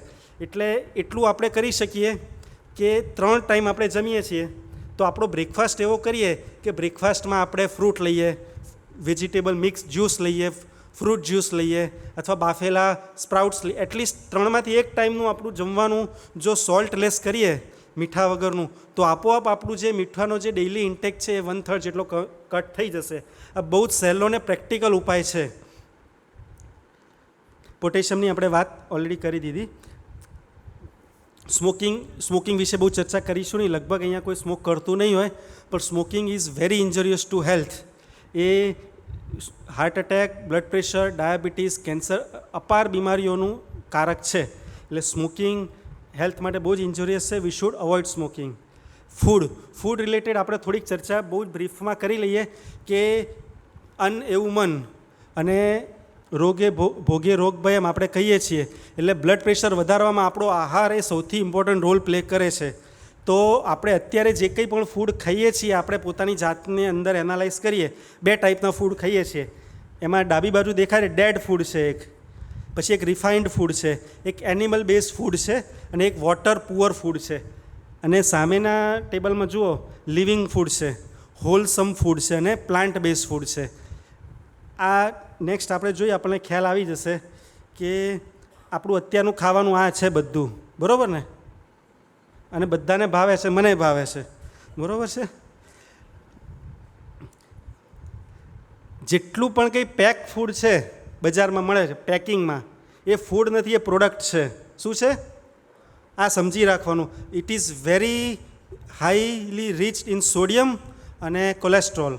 એટલે જેટલા પડીકા છે, પેક્ડ ફૂડ છે, જે આપણે બજારમાંથી આપણે નહીં તો આપણા બાળકો માટે લઈને આપણે ખાઈએ અને બાળકને ખવડાવીએ છીએ, અથવા સહેજે ટેવ છે કે ભાઈ પેક્ડ ફૂડ લાવો ચલો ખાઈએ, એ જેટલા પણ પેક્ડ ફૂડ છે, પ્રોસેસ્ડ ફૂડ છે, અથવા બહારની ખાણીપીણી માત્ર સોલ્ટ અને કોલેસ્ટ્રોલથી બહુ જ વેરી રીચ, એ બધા જ ડેડ ફૂડ છે. રિફાઇન્ડ ફૂડ સફેદ ચોખા, મેંદો, ખાંડ અને તેલ, આ બધું રિફાઇન્ડ ફૂડ છે જે આપણે ડે ટુ ડે લાઈફમાં લઈએ છીએ, જે બધા રોગોનું મૂળ છે. જેટલું કંઈ વ્હાઇટ ઘરમાં વાપરીએ છીએ એ બધું જ રોગકારક છે. આ મનમાં સમજી રાખજો. સોલ્ટ છે, શુગર છે, ઓઇલ છે, SOS, બરાબર? એ વસ્તુ શરીર માટે નુકસાનકારક જ છે. હું તમને બ્રીફમાં સમજાવું. આ બધા આપણે રોજ ખાઈએ છીએ ને, દાળ ભાત શાક રોટલી, બરાબર? તો નહીં ખાવાનું? ડ્રાયફ્રૂટ્સ પણ ખાઈએ છીએ. ડ્રાયફ્રૂટ તો કહે છે ડૉક્ટર કે ડ્રાયફ્રૂટ ખાવાના, પણ આ બધું વોટર પુઅર ફૂડ છે, વોટર રીચ ફૂડ નથી જે આપણે રોજબરોજ ખાઈએ છીએ. આ બધા લિવિંગ ફૂડ છે, બરાબર? ફ્રૂટ્સ છે, સલાડ્સ છે, સ્પ્રાઉટ્સ છે અને આખું ધાન છે, બરાબર? પ્લાન્ટ બેઝ ફૂડ્સ જેટલા પણ છે એ બધા વોટર રીચ અને લાઈવ ફૂડ છે. આપણા શરીરમાં 70% પાણી છે, તો આપણા શરીરની તાસીરને અનુકૂળ આવે એવું જ જો નાખીએ, જેટલું ઓછું રાંધેલું અને જેટલું કાચું આપણે ખાઈ શકીએ અથવા બાફેલું, એટલું શરીરને પથ્ય રહેશે અને બધા લાઇફસ્ટાઈલ રિલેટેડ પ્રોબ્લેમમાં હેલ્પ કરશે. આ બધા વોટર રીચ ફૂડ છે, ફ્રૂટ્સ છે, જ્યુસીસ છે, વેજીટેબલ્સ છે, બરાબર? આ બધું ઘરે આવું ખાવ તો કેવું મજા આવે, એ જોઈને તો સારું લાગે છે ને. તો ઘરે પણ આ આપણે જો ખાઈએ, જો આ એક ડાયાગ્રામ જોજો, એક બાજુ બધું જ રાંધેલું અન્ન છે ને બીજી બાજુ ફ્રૂટ્સ છે, વેજીટેબલ્સ છે, સલાડ છે, બરાબર? એ બધું વોટર રીચ ફૂડ છે, આલ્કલી ફૂડ છે ને જે આપણે ડે ટુ ડે ખાઈએ છીએ એ રિલેટિવલી વધારે એસિડિક છે ફૂડ. આ ટ્રાન્સફેટ, આ ખાસ સમજવાનું. આ બધી જ વસ્તુ ટ્રાન્સફેટી એસિડ એક એવું કોલેસ્ટ્રોલ છે જે બહુ જ ખરાબમાં ખરાબ કોલેસ્ટ્રોલ છે. જેટલા પણ બહારના આઉટલેટ્સમાં, ફાસ્ટ ફૂડ સેન્ટરમાં મળતા ફૂડ માત્ર હાઈ ઇન ટ્રાન્સફેટી એસિડ. એટલે આ બધી જ વસ્તુ તમારું બ્લડ પ્રેશર વધારશે અને તમારું કોલેસ્ટ્રોલ વધારશે. બેકરીની આઇટમ બેકરીની બધી જ આઇટમ છે એ વનસ્પતિ ડાલડા ઘીમાંથી બને છે, હાઇડ્રોજનેટેડ ઓઇલ જેને કહેવાય. એટલે બેકરીની ખારી પણ બહુ જ નુકસાનકારક છે. બિસ્કિટ પણ આપણે કહીએ ને છોકરાને બિસ્કિટ આપી દો, પણ it is not good for, એ સ્મોકિંગ જેટલું નુકસાન કરે બાળકને, મેદાવાળી વસ્તુ. એટલે ટ્રાન્સ ફેટી એસિડ, આ બધા જે પ્રોસેસ્ડ ફૂડ જે બહાર મળે છે એ બધા જ હેલ્થ માટે બહુ જ ઇન્જોરિયસ છે. આપણે લગભગ બહાર નહીં ખાતા હોય, પણ જો ખાતા હોય તો મહિનામાં 1 અથવા 2થી વધારે વાર ખાવા જેવું નથી, નહીં તો તકલીફો થઈ શકે છે. બીજું રીયુઝ ઓફ ઓઇલ, આપણા ઘરમાં તેલમાં કંઈ તળ્યું હોય પછી બીજી વાર એ તેલ વાપરવામાં આવે છે અને બહાર તો આવે જ છે. બહારની તમે તળેલી માત્ર વસ્તુ હોય એ તેલમાં બીજી વાર તળાય, ત્રીજી વાર તળાય, એ તેલ રીયુઝ થાય. એની અંદર very high source of trans fatty acid, જે તમારું બ્લડ પ્રેશર, કોલેસ્ટ્રોલ બહુ જ વધારે છે. હવે ઓઇલ કયું વાપરવું? તો આપણે ઘરમાં સફોલા, જાત જાતના સનફ્લાવર ઓઇલને બધા જ ઓઇલ વાપરીએ છીએ, પણ એ ઓઇલ શરીર માટે યોગ્ય નથી. ઓઇલ પોતે જ શરીર માટે યોગ્ય નથી. જેટલું ઓઇલ આપણે શરીરમાં, જેટલા ઓછા ઓઇલમાં કુકિંગ કરીશું એટલું બ્લડ પ્રેશર અને કોલેસ્ટ્રોલથી બચીશું. એટલે કયું ઓઇલ વાપરવું અને ઓઇલ કેટલું વાપરવું? તો જેટલું ઓછું વાપરી શકો એટલું. એર ફ્રાય કરો તો એર ફ્રાય કરી શકો, પણ તેલમાં ડૂબીને તળેલી જેટલી વસ્તુ બને, અથવા શાકની અંદર, બીજી વસ્તુની અંદર, રોટલીમાં જેટલું ઓછું તેલ મોણમાં નાખશો એટલું શરીર માટે હિતાવહ છે. આ બધા જે ઓઇલ આપણે યુઝ કરીએ છીએ બધા રિફાઇન્ડ ઓઇલ છે, અને એની એડવર્ટાઇઝમેન્ટ એટલી બધી થાય છે કે આપણને એમ થાય કે બસ આ બેસ્ટ ક્વોલિટીનું ઓઇલ છે, હું લઈને જ આવી જાઉં. એ બધા બહુ હાઈ ટેમ્પરેચર પર બનાવવામાં આવે છે, એના લીધે એની અંદર રહેલા બધા જ પોષક તત્વો નાશ પામી જાય છે. અંતે જે બચે છે કલરલેસ, ટેસ્ટલેસ, ન્યુટ્રિશનલેસ એક ફ્લુઇડ બચે છે, જેને આપણે તેલ કહીએ છીએ. તો કયું તેલ વાપરવું બેસ્ટ છે? ઘાણીનું તેલ, સિંગ તેલ, તલનું તેલ, મસ્ટર્ડ ઓઇલ અને નાળિયેરનું તેલ, કોકોનટ ઓઇલ. આ બધા તેલ આપણા શરીર, પણ એ પણ રિફાઇન્ડ ન હોવા જોઈએ. આ બધા તેલ આપણા શરીર માટે સારા છે, યોગ્ય છે. આ તેલ આપણે વાપરવા પણ ઓછી, એવું નથી કે આ વાપરો એટલે બધું સારું થયું. આ પણ માપમાં જ વાપરવાના છે. અને ઇમ્પોર્ટન્ટ મેસેજ છે કે બધા જ તેલ વારાફરતી વાપરવાના. એક જ તેલ 12 મહિના વાપરવું નહીં, દર 3 મહિને તેલ બદલતા રહેવું. સિંગ તેલ વાપરવું, મસ્ટર્ડ ઓઇલ વાપરવું, તલનું તેલ વાપરી શકાય, કોકોનટ ઓઇલ વાપરી શકાય. અને કોઈ પૂછે કે ઘી વાપરવું કે નહીં, ઘી સારું જ છે, પણ જો ગાયનું હોય તો બેસ્ટ. ઘીની અંદર પણ વઘાર કરી શકાય, પણ બધું જ માપમાં. બીજું ફેક્ટર છે સ્ટ્રેસ મેનેજમેન્ટ. બ્લડ પ્રેશર માટેનું એક ફેક્ટર છે કે સ્ટ્રેસને લીધે બ્લડ પ્રેશર થાય છે, અને આ બહુ નક્કર હકીકત છે. આજે રોજબરોજની જિંદગીમાં જે કંઈ આપણને વર્કનો સ્ટ્રેસ, જવાબદારીનો સ્ટ્રેસ, જાત જાતના સ્ટ્રેસ હોય છે, તો એનું મોટાભાગનું મેનેજમેન્ટ તો આપણે સત્સંગમાં આવીએ, સંતોના માર્ગદર્શનથી, સત્સંગ દ્વારા થાય જ છે. પણ અમુક નાની નાની વસ્તુ છે એ જોઈ લઈએ. તો સ્ટ્રેસ માટે ઊંઘ પૂરતી લેવી બહુ જ જરૂરી છે. 7 કલાકની ઊંઘ લેવી મિનિમમ, 7 કલાકની ઊંઘ લેવી. ઊંઘ કેવી રીતે લેવી? તો રૂમ એકદમ ડાર્ક રાખવો, અંધારા, અજવાળું લાઇટ ચાલુ હોય તો તમારી ઊંઘ ડિસ્ટર્બ થશે. અને એટલીસ્ટ અડધી કલાક પહેલાં કોઈ પણ સ્ક્રીન જોવી નહીં, ટીવી કે મોબાઈલ. સૂતાના અડધી કલાક, કારણ કે જો તમે સૂતાની 2 મિનિટ પહેલાં આમ ફોન જોતાં જોતાં સૂવા જાઓ એટલે જે બધી ઇન્ફોર્મેશન તમે બ્રેનને આપી, એ બ્રેન તો તમારું ચાલુ જ રહે.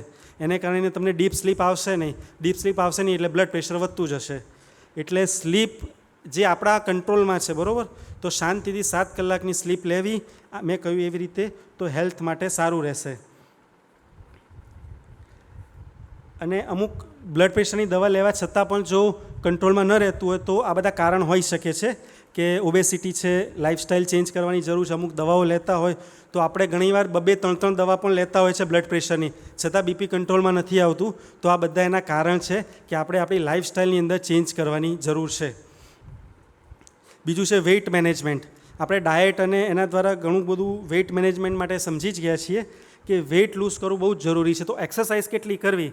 બહુ સિમ્પલ ભાષામાં કહું કે રોજ અડધી કલાકનો ટાઈમ કાઢવો, અઠવાડિયામાં એટલીસ્ટ 5 દિવસ, એટલે 2.5 કલાક થયા અઠવાડિયાના.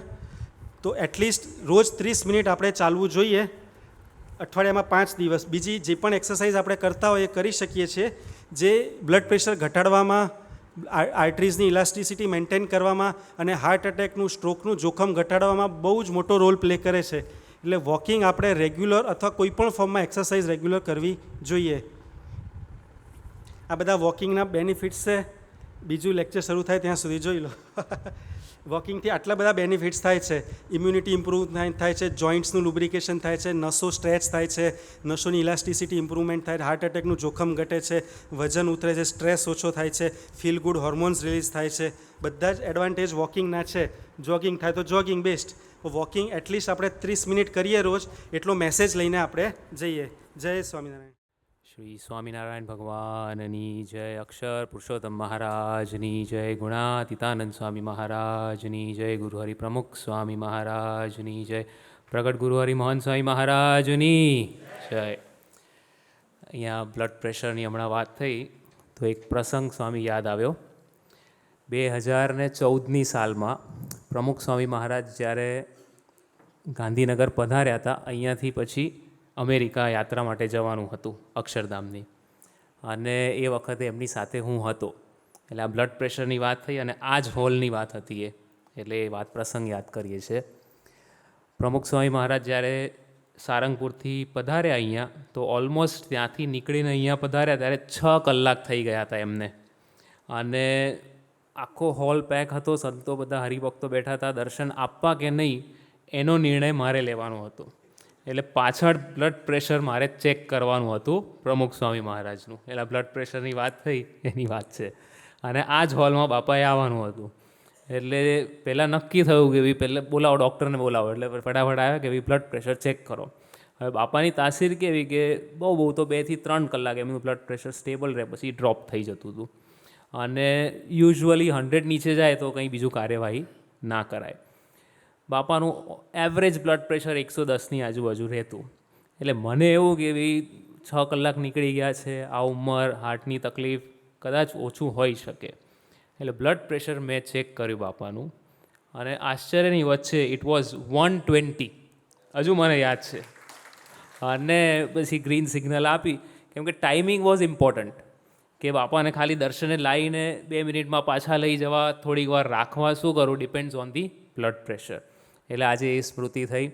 ખાસ તો પૂજ્ય શ્રુતિ પ્રકાશ સ્વામીનો ખાસ આભાર. આ રીતનું એમણે આયોજન કર્યું, અમને બધાને અહીંયા આમંત્રણ આપ્યું. આજે સમય છે ને એ ઇન્ફો ઓબેસિટી, ઇન્ફો ટોક્સિસિટીનો સમય છે સ્વામી. આજે દરેક જેટલા બેઠા છે બધાના સવારે વોટ્સએપમાં એક હેલ્થલક્ષી મેસેજ આવ્યો જ હશે. આ ખાવું, આ ના ખાવું. એમાં ડાયાબિટીસ લક્ષી તો એક મેસેજ આવ્યો જ હોય કે આંબાના પાન લેવા, મેથી લેવી, ઇન્સ્યુલિન એક સ્કેમ છે, 200 શુગર એ નોર્મલ છે. એટલે આ બધું જ આવે. પણ સાચી માહિતી સાચા વ્યક્તિ થ્રુ પહોંચે એ બદલ જે આખું આયોજન થયું છે એ બદલ શ્રુતિ પ્રકાશ સ્વામીનો પણ ખાસ આભાર માનીએ. હવે શરૂ કરતાં પહેલાં 2 સવાલો પૂછવાના છે, ઉખાણા છે, રિડલ્સ. આ એટલા માટે છે, અમારા સરની ટેકનિક છે તમારા ન્યુરોન્સને એક્ટિવેટ કરવા માટે, કેમ કે આગળ જે હું વાત કરીશ એમાં તમારે ફોકસ રાખવું પડશે. સો ફર્સ્ટ, એક એવી વસ્તુ તમારે જ આન્સર આપવાનો છે, એટલે ધ્યાનથી સાંભળજો. એક એવી વસ્તુ જેમાં બહુ જ બધા કાણા છે, પણ એમાં પાણી નાખો તો લીક ના થાય. કઈ વસ્તુ છે એવી? ફટાફટ, ટાઈમ નથી.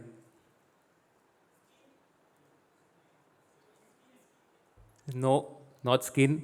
ચલો હું કહી દઉં છું, સ્પોન્જ. સ્પોન્જમાં બહુ બધા કાણા હોય, ખ્યાલ આવે ને? સ્પોન્જ પાણી નાખો પણ લીક ના થાય. સેકન્ડ, એક એવી વસ્તુ જેને તમે સૂર્યમાં મૂકો તો સુકાય નહીં પણ ભીની થાય.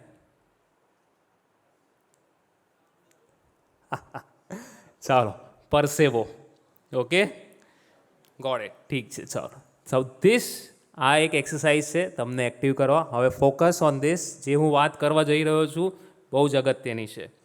What is diabetes? પહેલાં તો એક ડિસ્ક્લેમર આપી દઉં, હું જે અહીંયા વાત કરવા જઈ રહ્યો છું ઇઝ ફોર એજ્યુકેશનલ પર્પઝ. મેં કીધું અને તમે તમારા ડૉક્ટરને પૂછ્યા વગર બધું અમલમાં મૂકી દો એવું નહીં કરતા. તમારા ડૉક્ટર પાસે એકવાર સલાહ લઈ લેજો. Literal meaning of diabetes is to pass through. એક લેટિન ટર્મ છે, અને ડાયાબિટીસ એટલે પાસ થ્રુ, મલાઇટસ એટલે સ્વીટ. એટલે સ્વીટ વસ્તુ યુરિન દ્વારા પાસ થવી એને ડાયાબિટીસ મલાઇટસ કહેવાય. આ રોગ આજકાલનો નથી. આયુર્વેદમાં ચરક સંહિતા અને સુશ્રુત સંહિતામાં પણ આનો ઉલ્લેખ કરવામાં આવ્યો છે, જેમાં પ્રમેય અને મધુમેહ. પ્રમેય એટલે યુરિનની ફ્રીક્વન્સી વધી જવી, અને મધુમેહ એટલે હની, મધુ એટલે હની, સ્વીટ યુરિન બહાર નીકળવું. આ બંને શબ્દોનો પ્રયોગ આયુર્વેદિક ટેક્સ્ટમાં પણ કરવામાં આવ્યો છે. What is diabetes? ડાયાબિટીસની આ એક ડેફિનેશન, એક વર્ડ ઇમ્પોર્ટન્ટ છે આમાં. It is a group of metabolic disease. એક રોગ નથી, ગ્રુપ છે. એટલે જ ઘણા લોકો અમને પૂછે કે એક દવાથી કંટ્રોલમાં ના થાય. એવું નથી. There are multiple defects which is going on in this. એના કારણે આ પ્રોબ્લેમ રહે છે. જેમાં મુખ્ય પ્રશ્ન આવે છે કે લોહીની અંદર શુગરની માત્રા વધારે રહેવી, બ્લડની અંદર ગ્લુકોઝની માત્રા વધારે રહેવી, એને ડાયાબિટીસ કહેવાય. એનું મુખ્ય કારણ શું? જે ઇન્સ્યુલિન છે, જે હોર્મોન જે શુગરને કંટ્રોલ કરે, ક્યાં તો એ કામ નથી કરતું, ક્યાં તો એ બનતું નથી. એટલે ઇન્સ્યુલિનનું શું કામ છે? તો ઇન્સ્યુલિન એક ચાવી જેવું કામ કરે.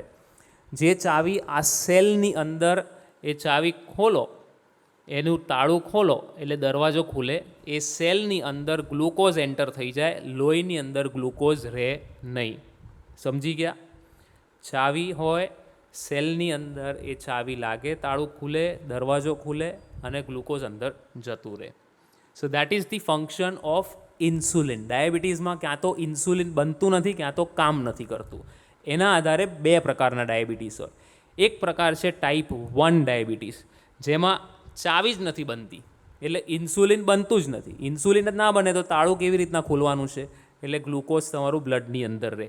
બીજું જે ડાયાબિટીસ છે ટાઈપ 2 ડાયાબિટીસ, એમાં ચાવી તો બને છે પણ લોકની અંદર લાગતી નથી, એટલે લોક ખુલતું નથી, એટલે ગ્લુકોઝ બ્લડની અંદર રહ્યા કરે છે.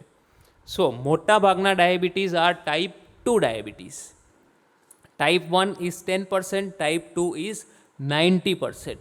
બીજા પણ ઘણા પ્રકારના ડાયાબિટીસ હોય, ટાઈપ 1.5, સેકન્ડરી ડાયાબિટીસ, પ્રેગ્નન્સીમાં ડાયાબિટીસ. પણ આજે જે આપણે વાત કરવાના છે it is mostly type 2 diabetes. Okay, જે 90% લોકોને હોય છે. જે આપણે મલ્ટિપલ ડિફેક્ટ્સની વાત કરીને, ગ્રુપ ઓફ મેટાબોલિક ડિઝીઝ, સો આટલી જગ્યાએ તો પ્રૂવન છે કે ડિફેક્ટ્સ હોય છે, જેમાં કિડનીમાંથી રીએબ્ઝોર્પ્શન વધી જાય, મસલની અંદર ઇન્સ્યુલિન રેઝિસ્ટન્સ હોય, પેનક્રિયાઝમાંથી ઇન્સ્યુલિન ઓછું બનતું હોય, પેનક્રિયાઝમાંથી ગ્લુકેગોન વધારે બનતું હોય, લીવરમાંથી ગ્લુકોઝ વધારે બનતું હોય. સો આટલા બધા મલ્ટિપલ ડિફેક્ટ્સ હોય છે. સો ડાયાબિટીસ ઇઝ નોટ સિમ્પલ એક ડાયાબિટીસ છે એવું નથી, group of metabolic diseases. So diabetes કોને કહેવાય? કે મેં મારું બ્લડ શુગર ચેક કર્યું, મારું 100 આવ્યું, તો શું ડાયાબિટીસ છે? નહીં. સો તમારું ફાસ્ટિંગ બ્લડ ગ્લુકોઝ લેવલ છે, એટલે 8 કલાકનું તમે પ્રોપર ફાસ્ટિંગ કર્યું હોય, બીજે દિવસે તમે ચેક કરો સવારે, અને જો તમારું ગ્લુકોઝ 100ની નીચે હોય તો that is normal. 75 gram glucose લીધા પછી 2 કલાક પછી જ્યારે તમે ચેક કરો અને જો 140ની નીચે હોય તો it is normal. Pre diabetes એટલે ડાયાબિટીસ પહેલાંનો એક સ્ટેજ આવે, એમાં જો તમારો ફાસ્ટિંગ ગ્લુકોઝ 100 to 125 હોય તો that is pre diabetes. Normal કેટલું હોવું જોઈએ? Less than 100. 140 to 199 is pre diabetes, 2 કલાક પછીનું ગ્લુકોઝ. અને ફાસ્ટિંગ ગ્લુકોઝ 126ની ઉપર હોય તો ડાયાબિટીસ, 2 કલાક પછીનું જો ગ્લુકોઝ 200 ઉપર હોય તો ઇટ ઇઝ ડાયાબિટીસ. એમાં એક બીજો રિપોર્ટ આવે છે વિચ ઇઝ HbA1c. આ ગણે તમે સાંભળ્યું હશે. આ 3 મહિનાનું એવરેજ ગ્લુકોઝનો રિપોર્ટ છે. હિમોગ્લોબિન સાથે જે ગ્લુકોઝ અટેચ થઈ જાય, ગ્લુકોઝ એક સ્ટીકી સબસ્ટન્સ છે, એ લોહીની અંદર અટેચ થઈ જાય, અને એ 3 મહિને આપણને ખબર છે બ્લડ 3 મહિને નવું બને, એટલે આ 3 મહિનાનું તમને પિક્ચર આપે કે ભાઈ પાછલા 3 મહિનામાં તમારું ગ્લુકોઝ કેટલું રહ્યું છે. તો જો normal is less than 5.7, 5.7 to 6.4 is pre diabetes, અને 6.4ની ઉપર ઇઝ ડાયાબિટીસ. ક્લિયર? ચાલો, હવે આની માત્રા કેટલી છે ડાયાબિટીસ? હવે આ જે આંકડા છે ને એ બધા તમે ધ્યાનથી સાંભળજો. 1 in every 11, આ વર્લ્ડના આંકડા છે, હું ઇન્ડિયાના આપીશ.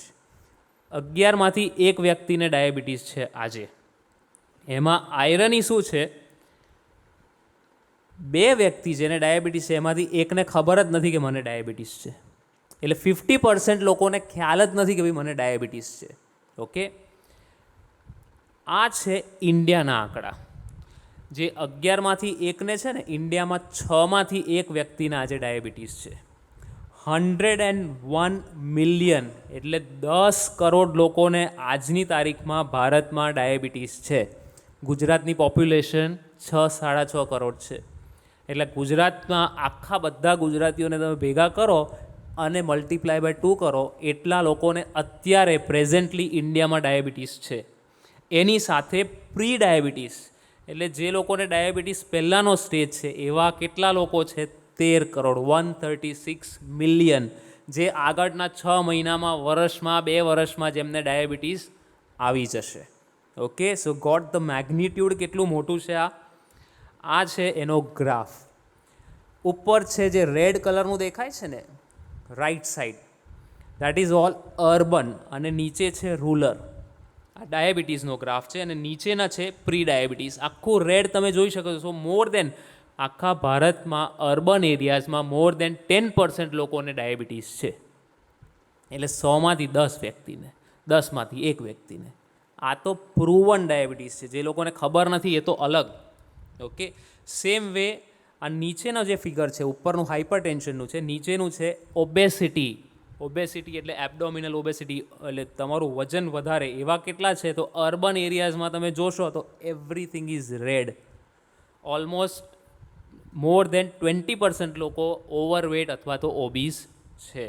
ઓકે, એટલે આમાં પણ હવે આ છે આંકડા national family health survey of ઇન્ડિયાના.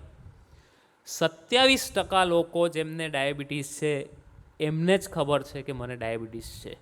Only 27% people are aware of that condition. આ સ્વામી આપણે આયોજન કર્યું છે આ એના માટે છે. 27% લોકોને જ ખ્યાલ છે. એમાંથી 21% લોકો જ ટ્રીટમેન્ટ લઈ રહ્યા છે. બીજા તો કે 200 શુગરમાં તો શું હવે યાર, કંઈ મને તો કોઈ તકલીફ જ નથી. 2 મહિને દવા લીધી હોય, 6 મહિના પછી આવે કે 250 છે, મને કંઈ તકલીફ નથી, નોર્મલ છે બધું. 21% લોકો જ ટ્રીટમેન્ટ લઈ રહ્યા છે અને એમાંથી માત્ર 7% લોકોનું ડાયાબિટીસ કંટ્રોલમાં છે. ઓનલી 7%. ઓકે, એટલે આપણે ક્યાં છે, આપણું સ્ટેટસ આપણને અહીંયા ખ્યાલ આવે. હવે કેમ જરૂરી છે શુગર કંટ્રોલ કરવાનું? વાય? 30 વર્ષની ઉંમરમાં જો તમને ડાયાબિટીસ આવ્યું હોય તો તમારી લાઈફ એક્સપેક્ટન્સી 14 વર્ષ ઘટી જશે. That means what? જે વ્યક્તિને ડાયાબિટીસ નથી, 30 વર્ષના વ્યક્તિને તમે ભેગા કરો, એક વ્યક્તિને ડાયાબિટીસ 30 વર્ષે આવી ગયું, બંનેની લાઈફ એક્સપેક્ટન્સી નોર્મલ હોવી જોઈએ 75 વર્ષ ભારતમાં. 14 વર્ષ જેને ડાયાબિટીસ છે એની ઉંમર ઘટી જશે. જેને 40 વર્ષની ઉંમરમાં ડાયાબિટીસ આવ્યું એને 10 વર્ષ એની લાઈફ એક્સપેક્ટન્સી ઓછી થઈ જશે. અને જેને 50 વર્ષે આવ્યું એની લાઈફ એક્સપેક્ટન્સી 6 વર્ષ ઓછી થઈ જશે. That is why it is important to control the sugar levels. Okay, હવે આના કોમ્પ્લિકેશન્સ શું છે? હવે ડાયાબિટીસ આવ્યું, શુગર મારું 200-250 રહે છે, તકલીફ શું થાય છે? હેડ ટુ ટો એક પણ ઓર્ગન એવો નથી જેનાથી ડાયાબિટીસ અફેક્ટ ના કરે. બ્રેનમાં સ્ટ્રોકના ચાન્સીસ વધી જાય, આંખોમાં અંધાપાના ચાન્સીસ, રટાઇનોપથીના ચાન્સીસ વધી જાય, કાનમાં એટલે સેન્સરી ન્યુરલ હિયરિંગ ડેફનેસ થઈ જાય, મોઢામાં ઇન્ફેક્શન્સ, ડેન્ટલ કેરીઝના ચાન્સીસ વધી જાય, ગળામાં થાઇરોઇડના પ્રોબ્લેમ્સના ચાન્સીસ વધી જાય, લંગ્સમાં ન્યુમોનિયાના ચાન્સીસ વધી જાય, હાર્ટ એટેકમાં 2 to 3 times more chances of heart attacks in diabetes, gastroparesis, કિડનીમાં ડાયાલિસિસના ચાન્સીસ વધી જાય, કિડની ફેલિયર, ઇરેક્ટાઇલ ડિસફંક્શન્સ, નીચે પગની નસોમાં લોહી મળતું ઓછું થઈ જાય, પગમાં ફૂટ ઇન્ફેક્શન્સના ચાન્સીસ વધી જાય, એમ્પ્યુટેશનનું સૌથી મોટું કારણ ડાયાબિટીસ, પેરિફેરલ ન્યુરોપથીનું સૌથી મોટું કારણ ડાયાબિટીસ. કોઈ ઓર્ગન રહ્યું હજુ? Everything is affected by diabetes. એટલે એને કંટ્રોલ કરવું અગત્યનું જ છે. કોને થવાની શક્યતાઓ છે ડાયાબિટીસ?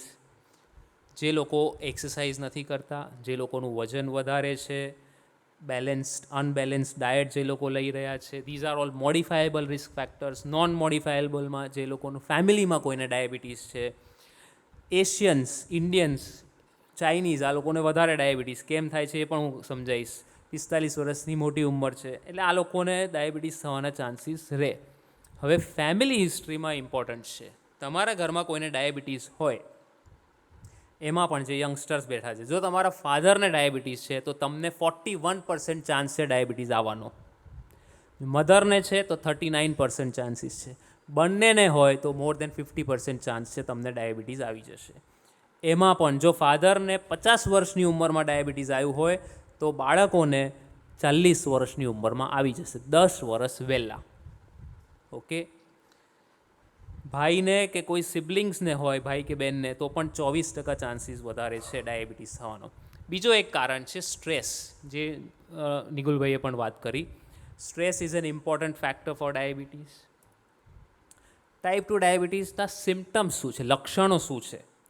યુરિન વધારે જવું, ભૂખ વધારે લાગવી, વજન ઘટવું, થાક લાગવું, રૂજ ના આવવી, જોવામાં અંધારા ઝાંખપ થવું અને પગના હાથમાં તળિયામાં બળતરા થવું, ટિંગલિંગ નમનેસ જેવું, આ બધા એના કોમન સિમ્ટમ્સ છે. યુરિન કરવા વધારે જવું. પણ એનો સૌથી મોટો સિમ્ટમ્સ છે આ, વેરી બિગ સિમ્ટમ્સ. આ કેમ આવ્યું નહીં? કોઈ એમાં પ્રોબ્લેમ નથી, પણ આ એનો સિમ્ટમ છે. No symptoms. There are no symptoms. તમને ખબર જ નહીં પડે. તમારા ફાધર સાથે તમે હોસ્પિટલ ગયા, ચેક કર્યું, ઓહ 200 શુગર આવી ગયું, તમને પણ ડાયાબિટીસ. હું મારા મિત્રના ઘરે ગયો, એ શુગર માપતો તો મેં મારું માપ્યું 250. મારી ઓફિસમાં મેં ચેક કરાવ્યું, રૂટીન ચેકઅપ હતું, ચેક કરાવ્યું, શુગર આવ્યું 250. There are no symptoms. Symptoms જ્યારે આવશે ત્યારે તમારું એવરેજ શુગર 200 ઉપર હશે. એ પહેલાંના સ્ટેજમાં તમને ખબર જ નથી પડતી. That is the reason Y તમારે ચેકઅપ કરાવતા રહેવું પડે. આ એક ગ્રાફ છે જેમાં તમે જોઈ શકો છો કે આપણને એવું લાગે કે ભાઈ આપણા કરતાં વધારે તો ખોરાક આ વેસ્ટર્ન્સ લોકોનો છે, બધા યુરોપિયન્સ ને અમેરિકન્સનો છે, પણ ડાયાબિટીસનું પ્રમાણ વધી રહ્યું છે. તમે જોશો સાઉથ ઇસ્ટ એશિયામાં, આફ્રિકામાં. એનું શું કારણ છે? તો હવે હું તમને 3 ફોટોઝ બતાવીશ જે ઇન્ડિયાના જ ફોટો છે, પણ ઇન્ડિપેન્ડન્સના અરાઉન્ડના આ ફોટોઝ છે, એટલે 70-75 વર્ષ જૂના ફોટોઝ છે. તમારે ફોકસ કરવાનું છે માણસો ઉપર, અને 3 ફોટોના અંતે હું તમને પૂછીશ કે તમને શું ફરક દેખાય છે એ જમાનામાં અને અત્યારમાં. That is 1. ડન? 2 ડન? ચાલો 3. Okay, what's the difference? ચાલો, એ માણસોમાં, એ વખતના ઇન્ડિયન્સમાં, અત્યારના ઇન્ડિયન્સમાં, ભારતીયોમાં શું ફરક લાગે છે? એનીવન? ચાલતા હતા બરાબર છે, બધું જ બરાબર.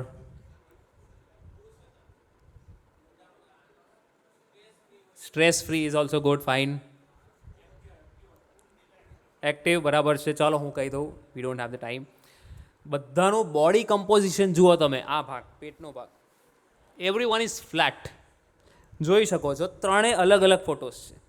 એક અર્બન એરિયાનો છે, એક રૂરલ એરિયાનો છે. જોઈ શકો છો બરાબર. Every one is flat. કોઈને ઓબેસિટી છે જ નહીં એ વખતે. ઓકે, આ મારા ફ્રેન્ડના ફાધરનો ફોટો છે. આ જે ઊભા છે એ મારા ફ્રેન્ડના ફાધર છે, અને પાછળ જે ઊભા છે એ મારા ફ્રેન્ડ છે. આ એ જમાનાનો ફોટો છે, અત્યારનો આ ફોટો છે, બંનેનો. ઓકે, અત્યારે બંનેને ડાયાબિટીસ છે. Got it? સો પ્રશ્ન ક્યાં આવ્યો? Abdominal obesity.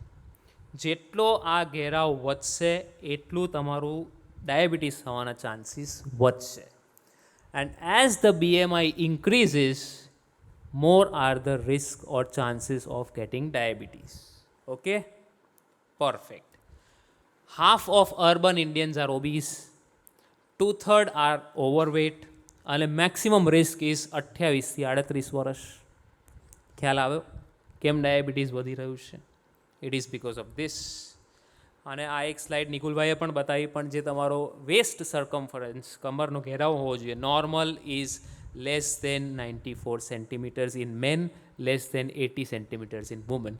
આનાથી વધારે હોય ઘરે જઈને મેજરમાં ટેપ કરી દે, મેજર ટેપથી. જો વધારે હોય, start doing exercise and following your lifestyle changes, નહીં તો ડાયાબિટીસ આવી જશે. Got it?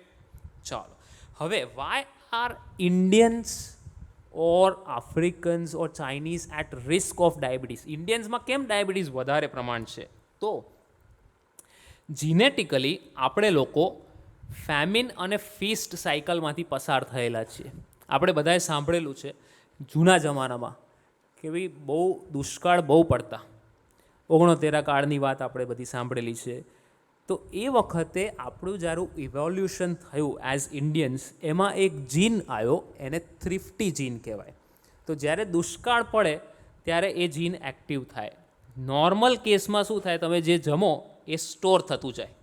એ જીનનું કામ એ હતું કે જે જમવાનો ટાઈમ જ્યારે આવે ત્યારે એ સ્ટોર કરી દે.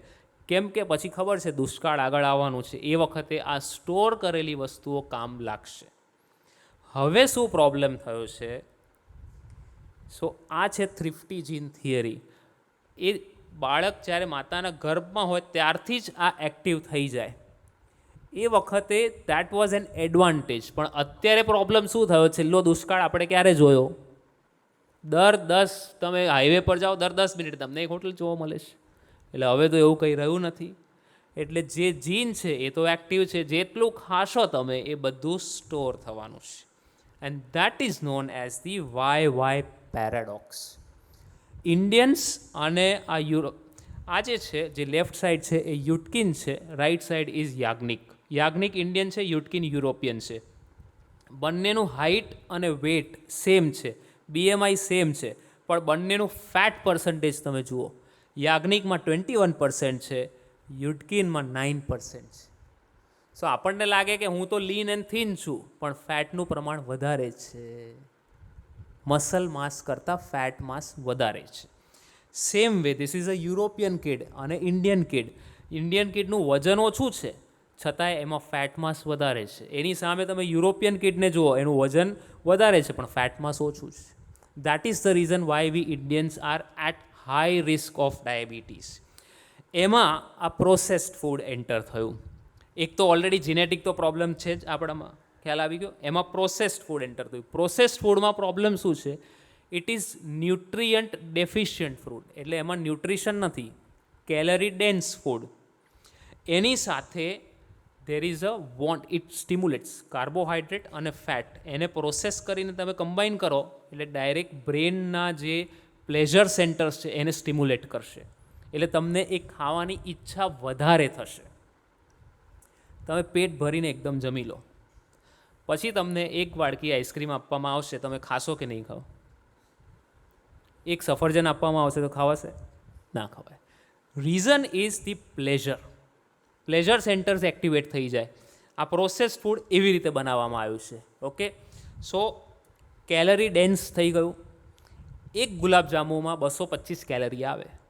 2 ખાવું એટલે મારી દિવસની જે 2400 કે 2000 કેલરી હોય એનો ઓલમોસ્ટ 1/3 ભાટ એ 2માં આવી ગયો. હવે આ તો મેં ખાલી ડેઝર્ટમાં 2 લીધું, બાકીનું આગળનું ખાધું એ તો અલગ છે. ઓકે, એમાં આવ્યું છે ધીસ ઇઝ રિફાઇન્ડ ફૂડ્સ. એટલે આ એક કમ્પેરિઝન છે. 1 ચમચી ખાંડ લો, એમાં 4 ગ્રામ ખાંડ આવે. તો તમે જે 150 ગ્રામ રાઈસ ખાઓ તો એમાં કેટલી ખાંડ આવે? It is 10 teaspoons. ઓકે, એવી જ રીતે જો 100 ગ્રામ મેંદો અથવા તો લોટ લો, એમાં 13 ટીસ્પૂન્સ ખાંડ આવે. Got it? એવી જ રીતે બધા પ્રોસેસ્ડ ફૂડ છે એમાં તમને લાગે કે ખાંડ તો નથી નાખી, પણ this are all processed food. જે કામ શરીરે કરવાનું હતું એ તમે બહાર કરાવી દીધું છે. Got it? એમાં આવ્યા આ પીણા, soft drinks, biscuits. This is again ખાંડ. આ બધું જ બોડીમાં જઈ રહ્યું છે. આમાં શું થાય કે જેવું તમે સમજો, મેં અત્યારે એક આ સોફ્ટ ડ્રિંક પીધું, તો એની અંદર જે શુગર છે એ બ્લડમાં ગયું. તો શુગર મારું બ્લડની અંદર એકદમ શૂટઅપ થયું. એને ઓછું કરવા માટે ઇન્સ્યુલિન નીકળશે. એ ઇન્સ્યુલિન શુગરને એકદમ ડાઉન કરશે. જેવું શુગર ડાઉન થશે મને ફરીથી ભૂખ લાગશે, ફરીથી હું એ લઈશ. એટલે આ સાયકલમાંથી હું બહાર નહીં આવી શકું. And this cycle leads two insulin resistance. A insulin resistance શું છે? એ આ છે. આ જે નળમાંથી પાણી નીકળી રહ્યું છે ને એ તમારો ખોરાક છે, જે અંદર જય જ રાખે છે, ચાલુ છે. એનું ડ્રેનેજ બંધ થઈ ગયું છે. એટલે જીનેટિક તો પ્રોબ્લેમ છે, એની સાથે આપણે એક્સરસાઇઝ નથી કરતા, એટલે જે ક્લિયર થવું જોઈએ એ નથી થઈ રહ્યું. એટલે બધું બહાર ઓવરફ્લો થઈ રહ્યું છે. એમાં આ જે 2 માણસો છે એ ઇન્સ્યુલિનનું કામ કરી રહ્યા છે, એટલું સાફ કરી રહ્યા છે. પણ ચાલુ જો નળ હશે તો માણસો થાકશે ને. 2ની જગ્યાએ હું 5 માણસ લાવું, 10 લાવું, પણ 10 પછી થાકી જશે. એ જ્યારે થાકશે એ વખતે ડાયાબિટીસ આવશે. Got it?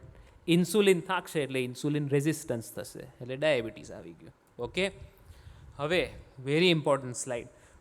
બ્લડની અંદર શુગરની માત્રા 4 ગ્રામ જેટલી જોઈએ. 1 ચમચી જેટલું શુગર આપણા લોહીની અંદર હોવું જોઈએ. ધારો કે તમે 10 ચમચી શુગર લીધી, એમાં 2 ચા લીધી એટલે 2 ચમચી એટલે 4 ચમચી તો એમને થઈ ગયું તમારું. એ શુગર જશે ક્યાં? બ્લડની અંદર તો 4 ગ્રામની જ જરૂર છે, પછી ક્યાં જશે આગળ? તો પહેલું 300 ગ્રામ મસલ્સ બધા લઈ લેશે, 100 ગ્રામ લીવર લઈ લેશે, ઓકે. બાકીનું બધું બ્લડમાં રહેશે. એટલે જે લોકોને ડાયાબિટીસ હોય અને એમ કે ભાઈ દવા વગર આપણે શુગર કંટ્રોલમાં થઈ જશે, થશે. એ જે 300 ગ્રામનું જે ગ્લુકોઝ મસલની અંદર છે એને બાળવા માટે તમારે 90 મિનિટની રોજની એક્સરસાઇઝ કરવી પડે. એટલે પહેલાં એ શરૂ કરો, પછી દવા બંધ કરવાની વાત થાય, ઓકે. લીવરની અંદર શુગર છે એ બાળવા માટે 24 કલાકનું ફાસ્ટિંગ નિર્જળ ઉપવાસ કરવો પડે. પહેલાં એ શરૂ કરો તો દવા બંધ થાય. Got it? એ ના કરવું હોય તો દવા સાથે મેનેજ કરવું પડે. એટલે જો આપણી લાઈફસ્ટાઈલમાં આપણે 100 to 150 ગ્રામ્સ ઓફ કાર્બોહાઈડ્રેટ રોજનું લઈએ તો આપણું શુગર બેલેન્સમાં રહે. હવે હું એવું નથી કરતો, વધારે પડતું મારે ખાવામાં આવે છે ગ્લુકોઝ અથવા તો ફેટ કે ગમે તે આવે છે, એ ક્યાં જાય છે? તો આ શુગર જે છે એ ક્યાં જાય છે? પહેલાં તો આટલું સ્ટોર થઈ ગયું, સ્ટોર થયા પછી that sugar converts into fat. એ ફેટમાં કન્વર્ટ થાય છે અને એ ફેટ પછી ક્યાં ડિપોઝિટ થશે? સો પહેલાં અહીંયા બહારની ચરબીમાં, સબક્યુટેનિયસ ટિશ્યુ, આપણે ચામડીની નીચે જે ચરબી છે પહેલાં એમાં ડિપોઝિટ થશે. એ ભરાઈ ગયા, દરેકના એ અલગ અલગ સ્ટોરેજ હોય. મારું 10% હોય, તમારું 20% હોય, કોઈનું 30% હોય. એ સ્ટોરેજ ભરાઈ ગયું પછી all the extra fat it goes around the organs, એટલે કે લીવર, મસલ, પેન્ક્રિયાસ, કિડની, આની આજુબાજુમાં એ ફેટ જમા થશે. કેવી રીતે લાગે? તો આવું હોય. આ તમારા હૃદયની આજુબાજુ આ ફેટ ડિપોઝિટ થઈ ગયું. This is all extra fat and this fat does not allow, એટલે આ જે ફેટ છે એ તમારા હૃદયના કોષ હોય, પેન્ક્રિયાઝના કોષ હોય, લીવરના કોષ હોય, એને બરાબર કામ કરવા ના દે. Got it? એટલે લીવરની અંદર જામી ગયું આ ફેટ, એટલે ઇન્સ્યુલિન જે ચાવીનું કામ કરતું હતું એ ચાવી હવે લાગતી નથી, તાળાની અંદર જામ થઈ ગયું. So this is the reason. અને આને કહેવાય છે the twin cycle hypothesis. Fat વધારે પડતું ગયું, એ લીક થયું, પહેલાં સબક્યુટેનિયસ ટિશ્યુમાં આવ્યું, ત્યાંથી ગઈને પછી લીવરમાં આવ્યું, પછી પેન્ક્રિયાઝમાં આવ્યું. પેન્ક્રિયાઝમાં આવશે એટલે ઇન્સ્યુલિન બનવાનું બંધ થશે, એટલે ડાયાબિટીસ આવશે. લીવરમાં આવશે એટલે ઇન્સ્યુલિન રેઝિસ્ટન્સ થશે, એટલે ડાયાબિટીસ આવશે, ઓકે. આ બધી પ્રક્રિયા રાતોરાત નથી થતી. જ્યારે ડાયાબિટીસ ડિટેક્ટ થાય છે એના 15-20 વર્ષ પહેલાંથી આ પ્રક્રિયા શરૂ થાય છે.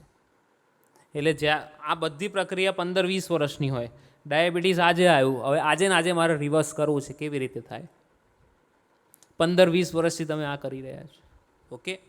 So this is the time cycle of diabetes. શરૂઆત 15 વર્ષ પહેલાંથી થઈ જાય, પછી ધીરે ધીરે વજન વધે, ફેટ વધે, ફેટ પછી લીવરની અંદર પેન્ક્રિયાઝમાં ડિપોઝિટ થાય and then we get diabetes. હવે આ સેમ છે, આ લીવરની આ ગ્લુકોઝ છે, આ લીવરની અંદર ફેટ જે છે એ ડિપોઝિટ, ડાયાબિટીસ આવ્યું એ પહેલાંથી શરૂ થઈ રહ્યું છે, એ બતાવે છે. હવે what is the treatment of diabetes? ડાયટની તો વાત કરી, એક્સરસાઇઝની આપણે વાત કરી. ડાયટ એક્સરસાઇઝથી ના થાય પછી દવા આવે. અને ત્રીજી મોસ્ટ ઇમ્પોર્ટન્ટ વસ્તુ ઇઝ મોનિટરિંગ. એકવાર મેં દવા લખી દીધી કે એકવાર તમે ડાયટને એક્સરસાઇઝ ફોલો કરી દીધું, માપ્યું, શુગર નોર્મલ છે, પછી 1-2 વર્ષ સુધી દેખાવાનું જ નહીં, માપવાનું જ નહીં, કંઈ તકલીફ નથી તો શું કરવા માપવાનું? એ જ્યારે માપે ત્યારે ખબર પડે કે હવે તો 300 થઈ ગયું છે. એટલે first important thing is lifestyle changes કરો, મેડિસિન્સની જરૂર પડે તો એ લો, અને રેગ્યુલર મોનિટરિંગ રાખો. મોનિટરિંગ ના કરો તો તમને ખબર કેવી રીતના પડે? કારગિલની અંદર પેટ્રોલિંગ ના કરો તો અંદર ચોર આવી ગયા કે પછી સામે કોઈ ટેરરિસ્ટ આવી ગયા, ખબર કેવી રીતના પડશે? ઓકે, ચાલો. સો ડાયટમાં શું કરવાનું છે? Very simple, plate method. Plate મેથડમાં એવું છે, 50% ઓફ યોર પ્લેટ, તમારી થાળીનો 50% ભાગ વેજીટેબલ્સ અને ફ્રૂટ્સનો હોવો જોઈએ. 25% ભાગ પ્રોટીનમાં એટલે કઠોળ ને દાળનો હોવો જોઈએ. 25% બાકીનો પાર્ટ તમારો કાર્બોહાઈડ્રેટનો હોવો જોઈએ. આપણે ઊંધું કરીએ છીએ. 50% ભાગ આપણો શું હોય? રોટલી, ભાત, એમાં ફરસાણ, અને રહ્યું હોય તો પછી દૂધ પાક, ઓકે. એટલે એ 50%માં આવે. પછી એમાં ડાયાબિટીસ કંટ્રોલ ના થાય, પછી આગળ જતાં આવવાનું જ છે, ઓકે, એટલે 50% ઓફ ધી તમારો જે પ્લેટ છે એમાં શું હોવું જોઈએ? Fruits and vegetables. 25% તમારું રોટલી ને ભાત, બેમાંથી એક હોય તો સારું, અને બાકી 25% પ્રોટીન. ઓકે, એની સાથે એક વાડકી તમે દહીં, છાશ, દૂધ, જે ડેરી પ્રોડક્ટ લેવા માંગતા હોય એ લઈ શકો. એની સાથે તમારે એક્સરસાઇઝ આવે. હવે એક્સરસાઇઝમાં શું કરવાનું છે? તો there are 5 S. One is avoid prolonged sitting. Okay, લાંબા સમય માટે બેસી નહીં રહેવાનું. થોડોક ટાઈમ થાય, કલાક થાય, 2 કલાક થાય, કંઈક ચાલી લો. સ્ટેપિંગ, દરરોજના 500 એક્સ્ટ્રા સ્ટેપ્સ લો. સ્ટેપ્સ લેવાના છે, ખાલી ચાલવાનું છે, ફિઝિકલ એક્ટિવિટી કરવાની છે. ઓકે. થર્ડ ઇઝ સ્વેટિંગ, પરસેવો થવો જોઈએ એવી એક્સરસાઇઝ કરવી પડે. At least 150 minutes a week. એમાં પણ સ્ટ્રેન્થ ટ્રેનિંગ, એટલે ફોર્થ એસ આવે છે એ સ્ટ્રેન્થ ટ્રેનિંગ, એટલે at least 2 days in a week એવી એક્સરસાઇઝ કરવી પડે જેમાં તમારા મસલ્સનો ઉપયોગ થાય, મસલ બિલ્ડઅપ થાય. અને 5th S is sleep, proper sleep. So sitting avoid કરો, સ્ટેપિંગ શરૂ કરો, સ્વેટિંગ શરૂ કરો, એટલે એક્સરસાઇઝ એવી કરો જેનાથી પરસેવો થાય, at least 30 minutes a day. Strengthening, એટલે મસલ થોડાક તમારા ડેવલપ થાય એ પ્રકારની એક્સરસાઇઝ કરો, અને સ્લીપ પ્રોપર લો. આ બધું કરીને આપણે ગોલ શું લેવાનો છે? સો અવર ગોલ ઇઝ, આપણું ટાર્ગેટ HbA1c હેઝ ટુ બી, જો તમે યંગ છો, નવું ડાયાબિટીસ આવ્યું છે તો <6.5. જો એવરેજ તમારું 45-50 વર્ષની ઉંમર છે તો <7 ઇઝ ધી આઈડિયલ ટાર્ગેટ. અને જે લોકોને હાર્ટની તકલીફ છે, કિડનીની તકલીફ છે, એ લોકોનું 8 કે 8.5 હોય તો ચાલે. ઓકે, હવે એક જ સ્ટડીની મારે વાત કરવાની છે જે ડાયાબિટીસ રિવર્સલ ઉપર થોડીક વાત કરવાની છે, જેમાં professor Roy Taylor, Newcastle university લંડનના ડૉક્ટર છે, એમણે આ કાઉન્ટર પોઈન્ટ સ્ટડી કરી. જે લોકોને ડાયાબિટીસ છે એને રિવર્સ કરવું છે, અને જે લોકોનું નવું ડાયાબિટીસ છે, જે લોકો ઓવરવેટ છે, એ લોકો માટે આ કામનું છે. એમણે 800 કેલરીનો ડાયટ આપ્યો. આપણે 2 ગુલાબજાંબુમાં 500 કેલરી હતી, એટલે 3 ગુલાબજાંબુની કેલરીની વાત છે આ. ઓકે, 800 કેલરી રોજનું તમારે લેવાનું, 3 મહિના માટે લેવાનું. એમાં just within 7 days the blood glucose levels was normal. Okay, 800 calorie, 3 મહિના, 7 દિવસમાં ગ્લુકોઝ નોર્મલ.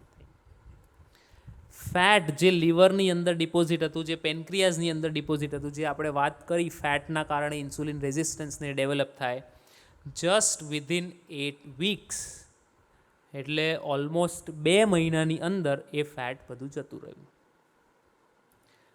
પેન્ક્રિયાઝની અંદર જે ફેટ હતું એ જતું રહ્યું, એટલે બીટા સેલનું ફંક્શન, ઇન્સ્યુલિન બનવાનું શરૂ થઈ ગયું, જે ઇન્સ્યુલિન નહોતું બનતું એ.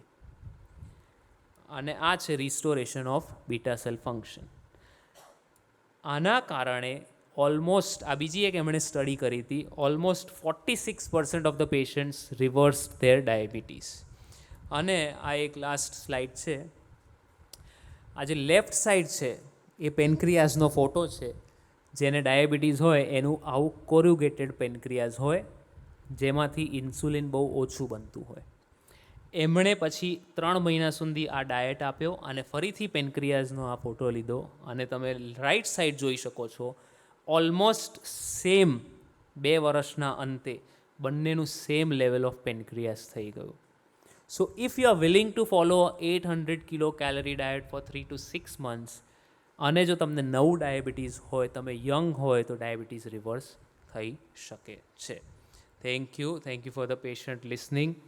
ખાસ આજે બંને પરમ પૂજ્ય પ્રમુખ સ્વામી મહારાજ અને મહંત સ્વામી મહારાજના ખૂબ કૃપાશીષ રહ્યા છે અમારી ઉપર, અને એમના કારણે જ આજે અમે અહીંયા છીએ, એટલે એમને પણ યાદ કરી લઈએ.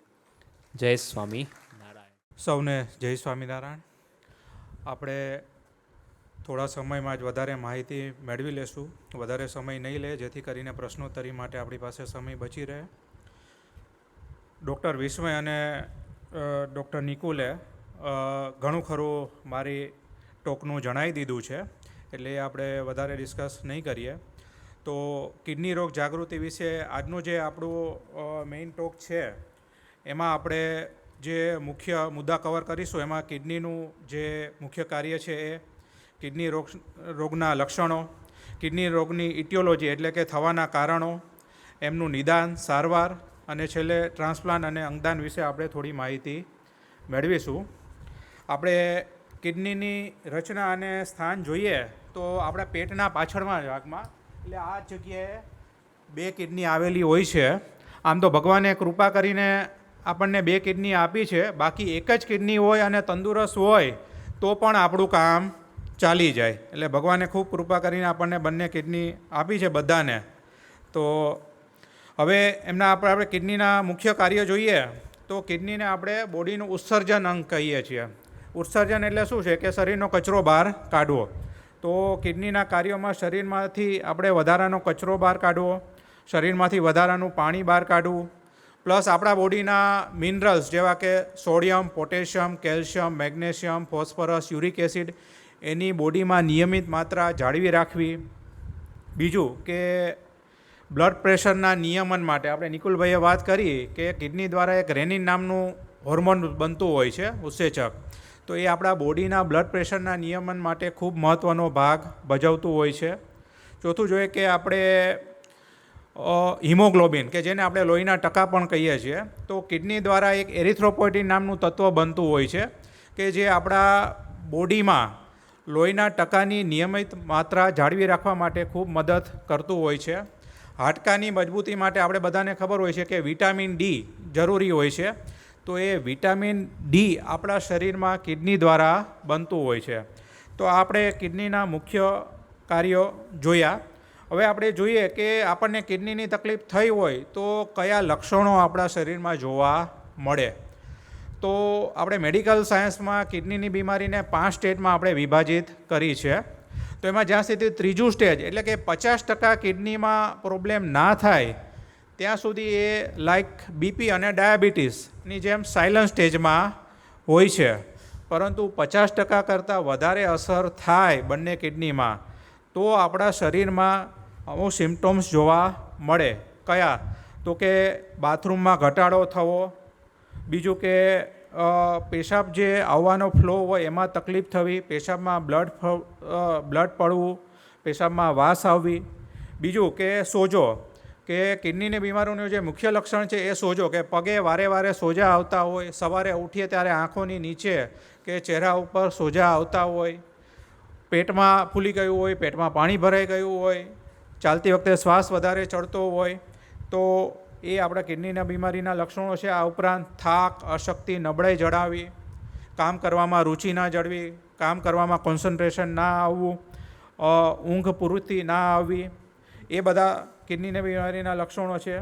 પ્લસ ઉલટી, ઉબકા થવા, ભૂખ ઓછી થઈ જવી, વજન ખૂબ ઓછું થઈ જવું અથવા સોજા વધારે પડતા વધી જાય તો વજનમાં ખૂબ વધારો થવો, આ બધા કિડનીની બીમારીના લક્ષણો છે.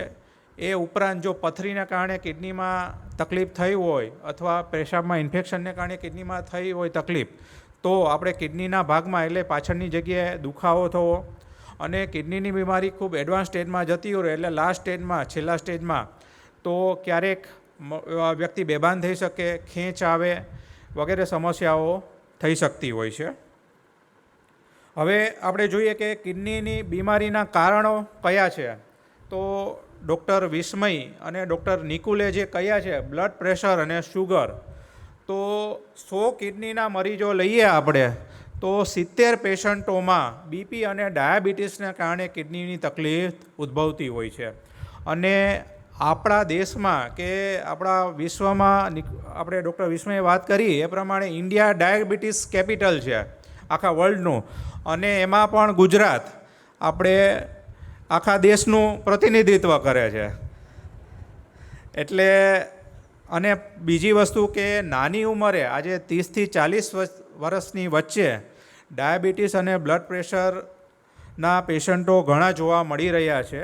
તો બીપી અને ડાયાબિટીસ એ કિડનીની બીમારીના મુખ્ય કારણો છે. આ ઉપરાંત એક છે ગ્લોમેરુલોનેફ્રાઇટિસ. ગ્લોમેરુલોનેફ્રાઇટિસ એટલે કિડનીનું જે સોફ્ટવેર હોય ને, કોમ્પ્યુટરનું સોફ્ટવેર હોય એ પ્રમાણે કિડનીનું સોફ્ટવેર હોય એને ગ્લોમેરુલસ કહેવાય. એમાં જો સોજો આવે કયા કારણથી, તો કે ક્યારેક એમાં ઇન્ફેક્શન થયું હોય, ક્યારેક એમાં એલર્જી થઈ હોય અથવા ક્યારેક રોગપ્રતિકારક શક્તિમાં બદલાવ થવાને કારણે એમાં સોજો આવે તો કિડનીની તકલીફ થતી હોય છે. આ ઉપરાંત આનુવંશિક કિડનીના રોગો કે ઘણી વખત કિડનીની બીમારી તમે જોતા હો તો વારસાગત પણ જોવા મળતી હોય છે. તો આનુવંશિક તકલીફ હોય તો પણ કિડનીની સમસ્યા ઉદ્ભવી શકે. એમાં એક સૌથી કોમન આખા વિશ્વમાં છે અને આપણા દેશમાં પણ જોવા મળે છે, એને પોલિસિસ્ટિક કિડની રોગ કહેવાય, કે જેમાં બંને કિડનીમાં પાણીના પરપોટા થઈ જાય અને ધીમે ધીમે જતાં એ કિડનીને ખરાબ કરતું હોય છે.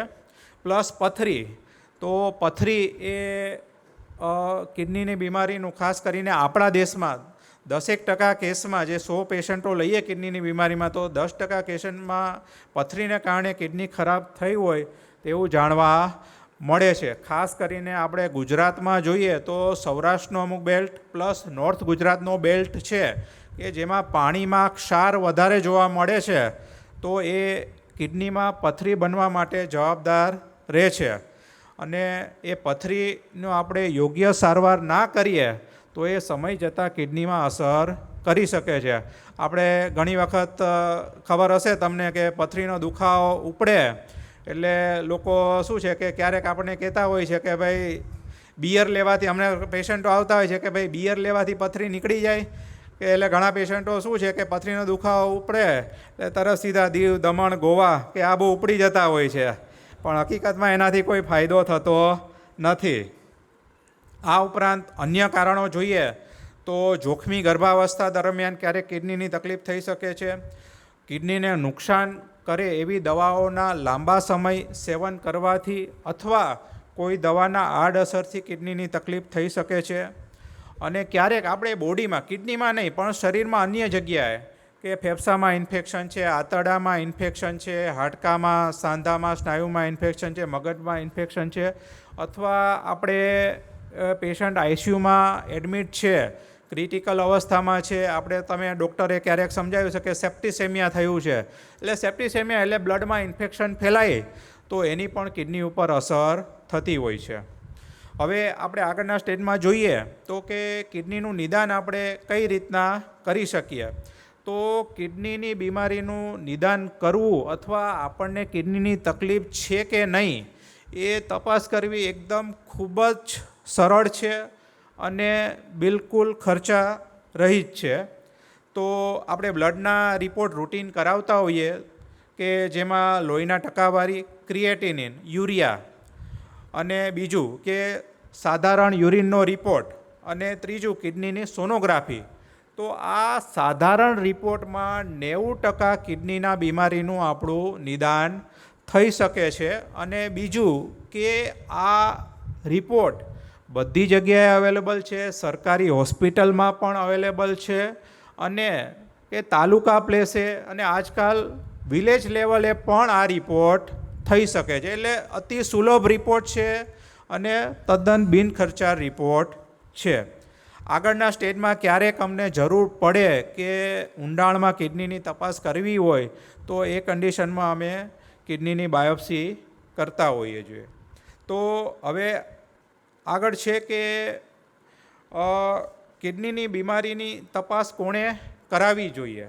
તો એના જે કારણો છે એમાં જ એનો જવાબ આવી ગયો. તો સૌથી મુખ્ય કારણ છે બ્લડ પ્રેશર અને ડાયાબિટીસ. તો જે લોકોને બીપી અને ડાયાબિટીસ હોય એમણે વરસમાં અચૂક એક વખત કિડનીના સાદા રિપોર્ટની તપાસ કરાવવી જોઈએ. આ ઉપરાંત આપણને વારે વારે પથરીની સમસ્યા થઈ હોય, બાથરૂમમાં વારે વારે ઇન્ફેક્શન થતું હોય, અથવા આનુવંશિક કિડનીની બીમારી હોય તો એ કન્ડિશનમાં આપણે કિડનીની નિયમિત જાંચ કરવી જોઈએ. અને અત્યારે મેડિકલ સાયન્સની ગાઈડલાઇન પ્રમાણે જો આપણી ઉંમર 40 વર્ષથી વધારે હોય તો વરસમાં એક વખત આપણું જનરલ બોડી ચેકઅપ કરાવી લેવું, જેથી કરીને આપણે બીપી, ડાયાબિટીસ, કિડની, લીવર, હૃદય સંબંધી બધા રિપોર્ટ આપણને ખબર પડી જાય. હવે આગળના સ્ટેજમાં જોઈએ તો કિડની રોગ માટેની સારવાર. તો આપણે મુખ્ય છે કે જે કારણો છે એને જ આપણે ટ્રીટમેન્ટ કરવાની છે. આપણે પૂર્વજોએ કહેવત બનાવેલી છે કે પાણી પહેલાં બાળ બાંધવી અને પહેલું સુખ તે જાતે નર્યા. એટલે કે ભાઈ બીમારી આવે એ પહેલાં જ એને અટકાવવી જોઈએ.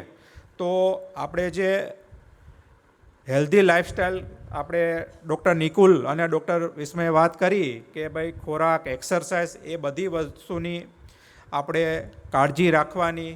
5 વસ્તુ આપણે ગુજરાતીમાં કહીએ તેલ, ઘી, ગળપણ, નમક, મેંદો અને જંક ફૂડ, એ વસ્તુ આપણે ખોરાકમાં મિનિમમ લેવી જોઈએ.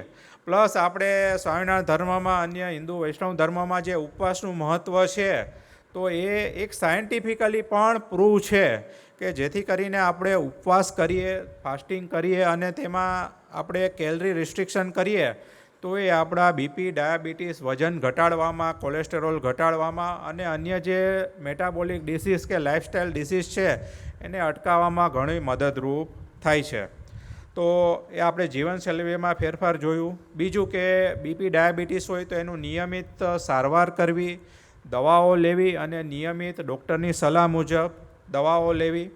બીજું કે પથરીની તકલીફ થઈ હોય તો મેડિસિન દ્વારા અથવા જરૂર પડે તો સર્જરી દ્વારા એની આપણે ટ્રીટમેન્ટ કરી શકીએ. ગ્લોમેરુલોનેફ્રાઇટિસ એટલે કે કિડનીના સોફ્ટવેરમાં પ્રોબ્લેમ હોય તો અમે બોડીની રોગપ્રતિકારક શક્તિને કંટ્રોલમાં આપીએ એવી ઇમ્યુનોસપ્રેશન દવા આપતા હોઈએ છીએ, જેનાથી કિડનીની બીમારીથી આપણે બચી શકાય છે. આનુવંશિક રોગ હોય તો એની સમયસર નિદાન થાય તો આપણે એનું સારવાર કરી શકીએ.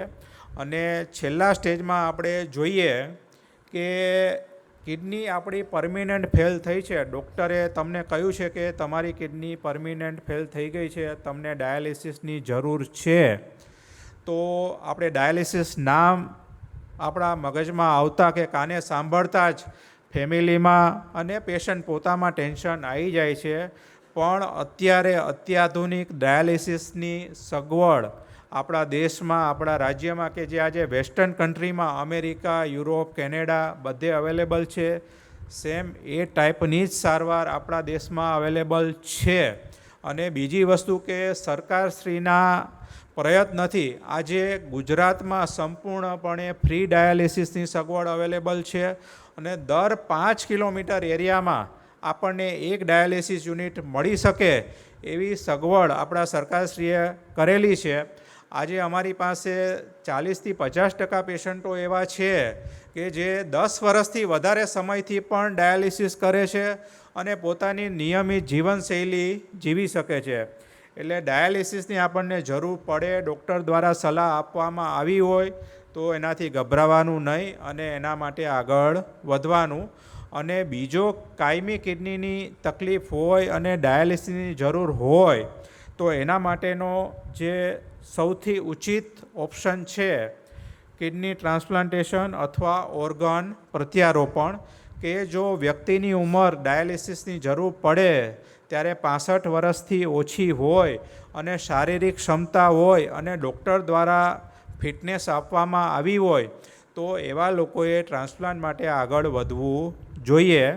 ટ્રાન્સપ્લાન્ટ આપણે લાઈવ અને કેડાવર, લાઈવ એટલે કે આપણા સ્વજનો કે ફેમિલી મેમ્બરમાંથી આપણને કિડની ડોનેટ કરે અને આપણે ટ્રાન્સપ્લાન્ટ કરીએ અને અમે લાઈવ ટ્રાન્સપ્લાન્ટ કહીએ. અને બીજું કે કેડાવર ટ્રાન્સપ્લાન્ટ. કેડાવર ટ્રાન્સપ્લાન્ટ એટલે શું કે બ્રેઇન ડેડ વ્યક્તિઓ હોય એમના સગા સંબંધીઓ, બ્રેઇન ડેડ એટલે કે જેનું મગજ કાયમી રીતે કામ કરતું બંધ થઈ ગયું છે પણ હૃદય અને બીજા અવયવો ચાલુ છે, તો એવા લોકો ઓર્ગન ડોનેશન કરી શકે છે. તો બ્રેઇન ડેડ વ્યક્તિ આપણે ઘણી વખત ન્યૂઝપેપરમાં કે ચેનલમાં જોતા હોઈએ છીએ કે ઓર્ગન પ્રત્યારોપણ થયું કે લોકોને નવજીવન મળ્યું. તો એવા ઓર્ગન ડોનેશન કે જેને કેડાવર ઓર્ગન ડોનેશન કહેવાય તો એના દ્વારા કિડની ટ્રાન્સપ્લાન્ટ થઈ શકે છે. આજે આપણા દેશમાં કિડની માટેની ખાસ વાત કરીએ તો દર વર્ષે 1 લાખથી 1,10,000 જેટલી કિડનીની ઓર્ગન ડોનેશન માટે જરૂર રહે છે. પણ સામે એની પૂર્તિ 7,000થી 8,000 જેટલી થાય છે. બાકીના લોકોને કિડની ટ્રાન્સપ્લાન્ટ કરાવવું હોય છે છતાં પણ કિડની મળતી નથી. તો ઓર્ગન ડોનેશન ખાસ કરીને આપણા માનનીય પ્રધાનમંત્રી છે એમણે પણ મન કી બાતમાં અને જ્યારે વર્લ્ડ હેલ્થ ડે છે ત્યારે ઘણી વખત ઓર્ગન ડોનેશન માટે બધાને અનુરોધ કર્યો છે. પોતે પ્રધાનમંત્રીશ્રીએ પણ ઓર્ગન ડોનેશન માટે પ્લેજ કરેલું છે. તો આપણા ફેમિલી મેમ્બરમાં અથવા મિત્ર મંડળમાં જ્યારે પણ ડૉક્ટરો દ્વારા તમને સમજાવવામાં આવે કે જ્યારે આપણા સ્વજન કે મિત્ર મંડળમાં કોઈ બ્રેન ડેડ વ્યક્તિ હોય અને ઓર્ગન ડોનેશન માટે ડૉક્ટર અથવા હોસ્પિટલ દ્વારા સમજાવવામાં આવે તો હંમેશા આપણે એના માટે આગળ વધવું જોઈએ. અને ઓર્ગન ડોનેશનથી જે કિડનીની બીમારી કે હૃદય છે, ફેફસા છે, લીવરની બીમારીથી જે લોકો પીડાય છે એને નવજીવન મળી શકે છે. એટલે એ મારી કોઈ પણ કિડની ડિસીઝ અવેરનેસ માટેની ટોક હોય તો એમાં ઓર્ગન ડોનેશન માટે થઈને હું ભાર આપતો હોઉં છું. તો આપણે પણ આના માટે થઈને પ્રતિબદ્ધ થઈએ અને આગળ વધીએ એવી હું આશા રાખું છું. અંગદાન એ મહાદાન છે. સૌને જય સ્વામિનારાયણ.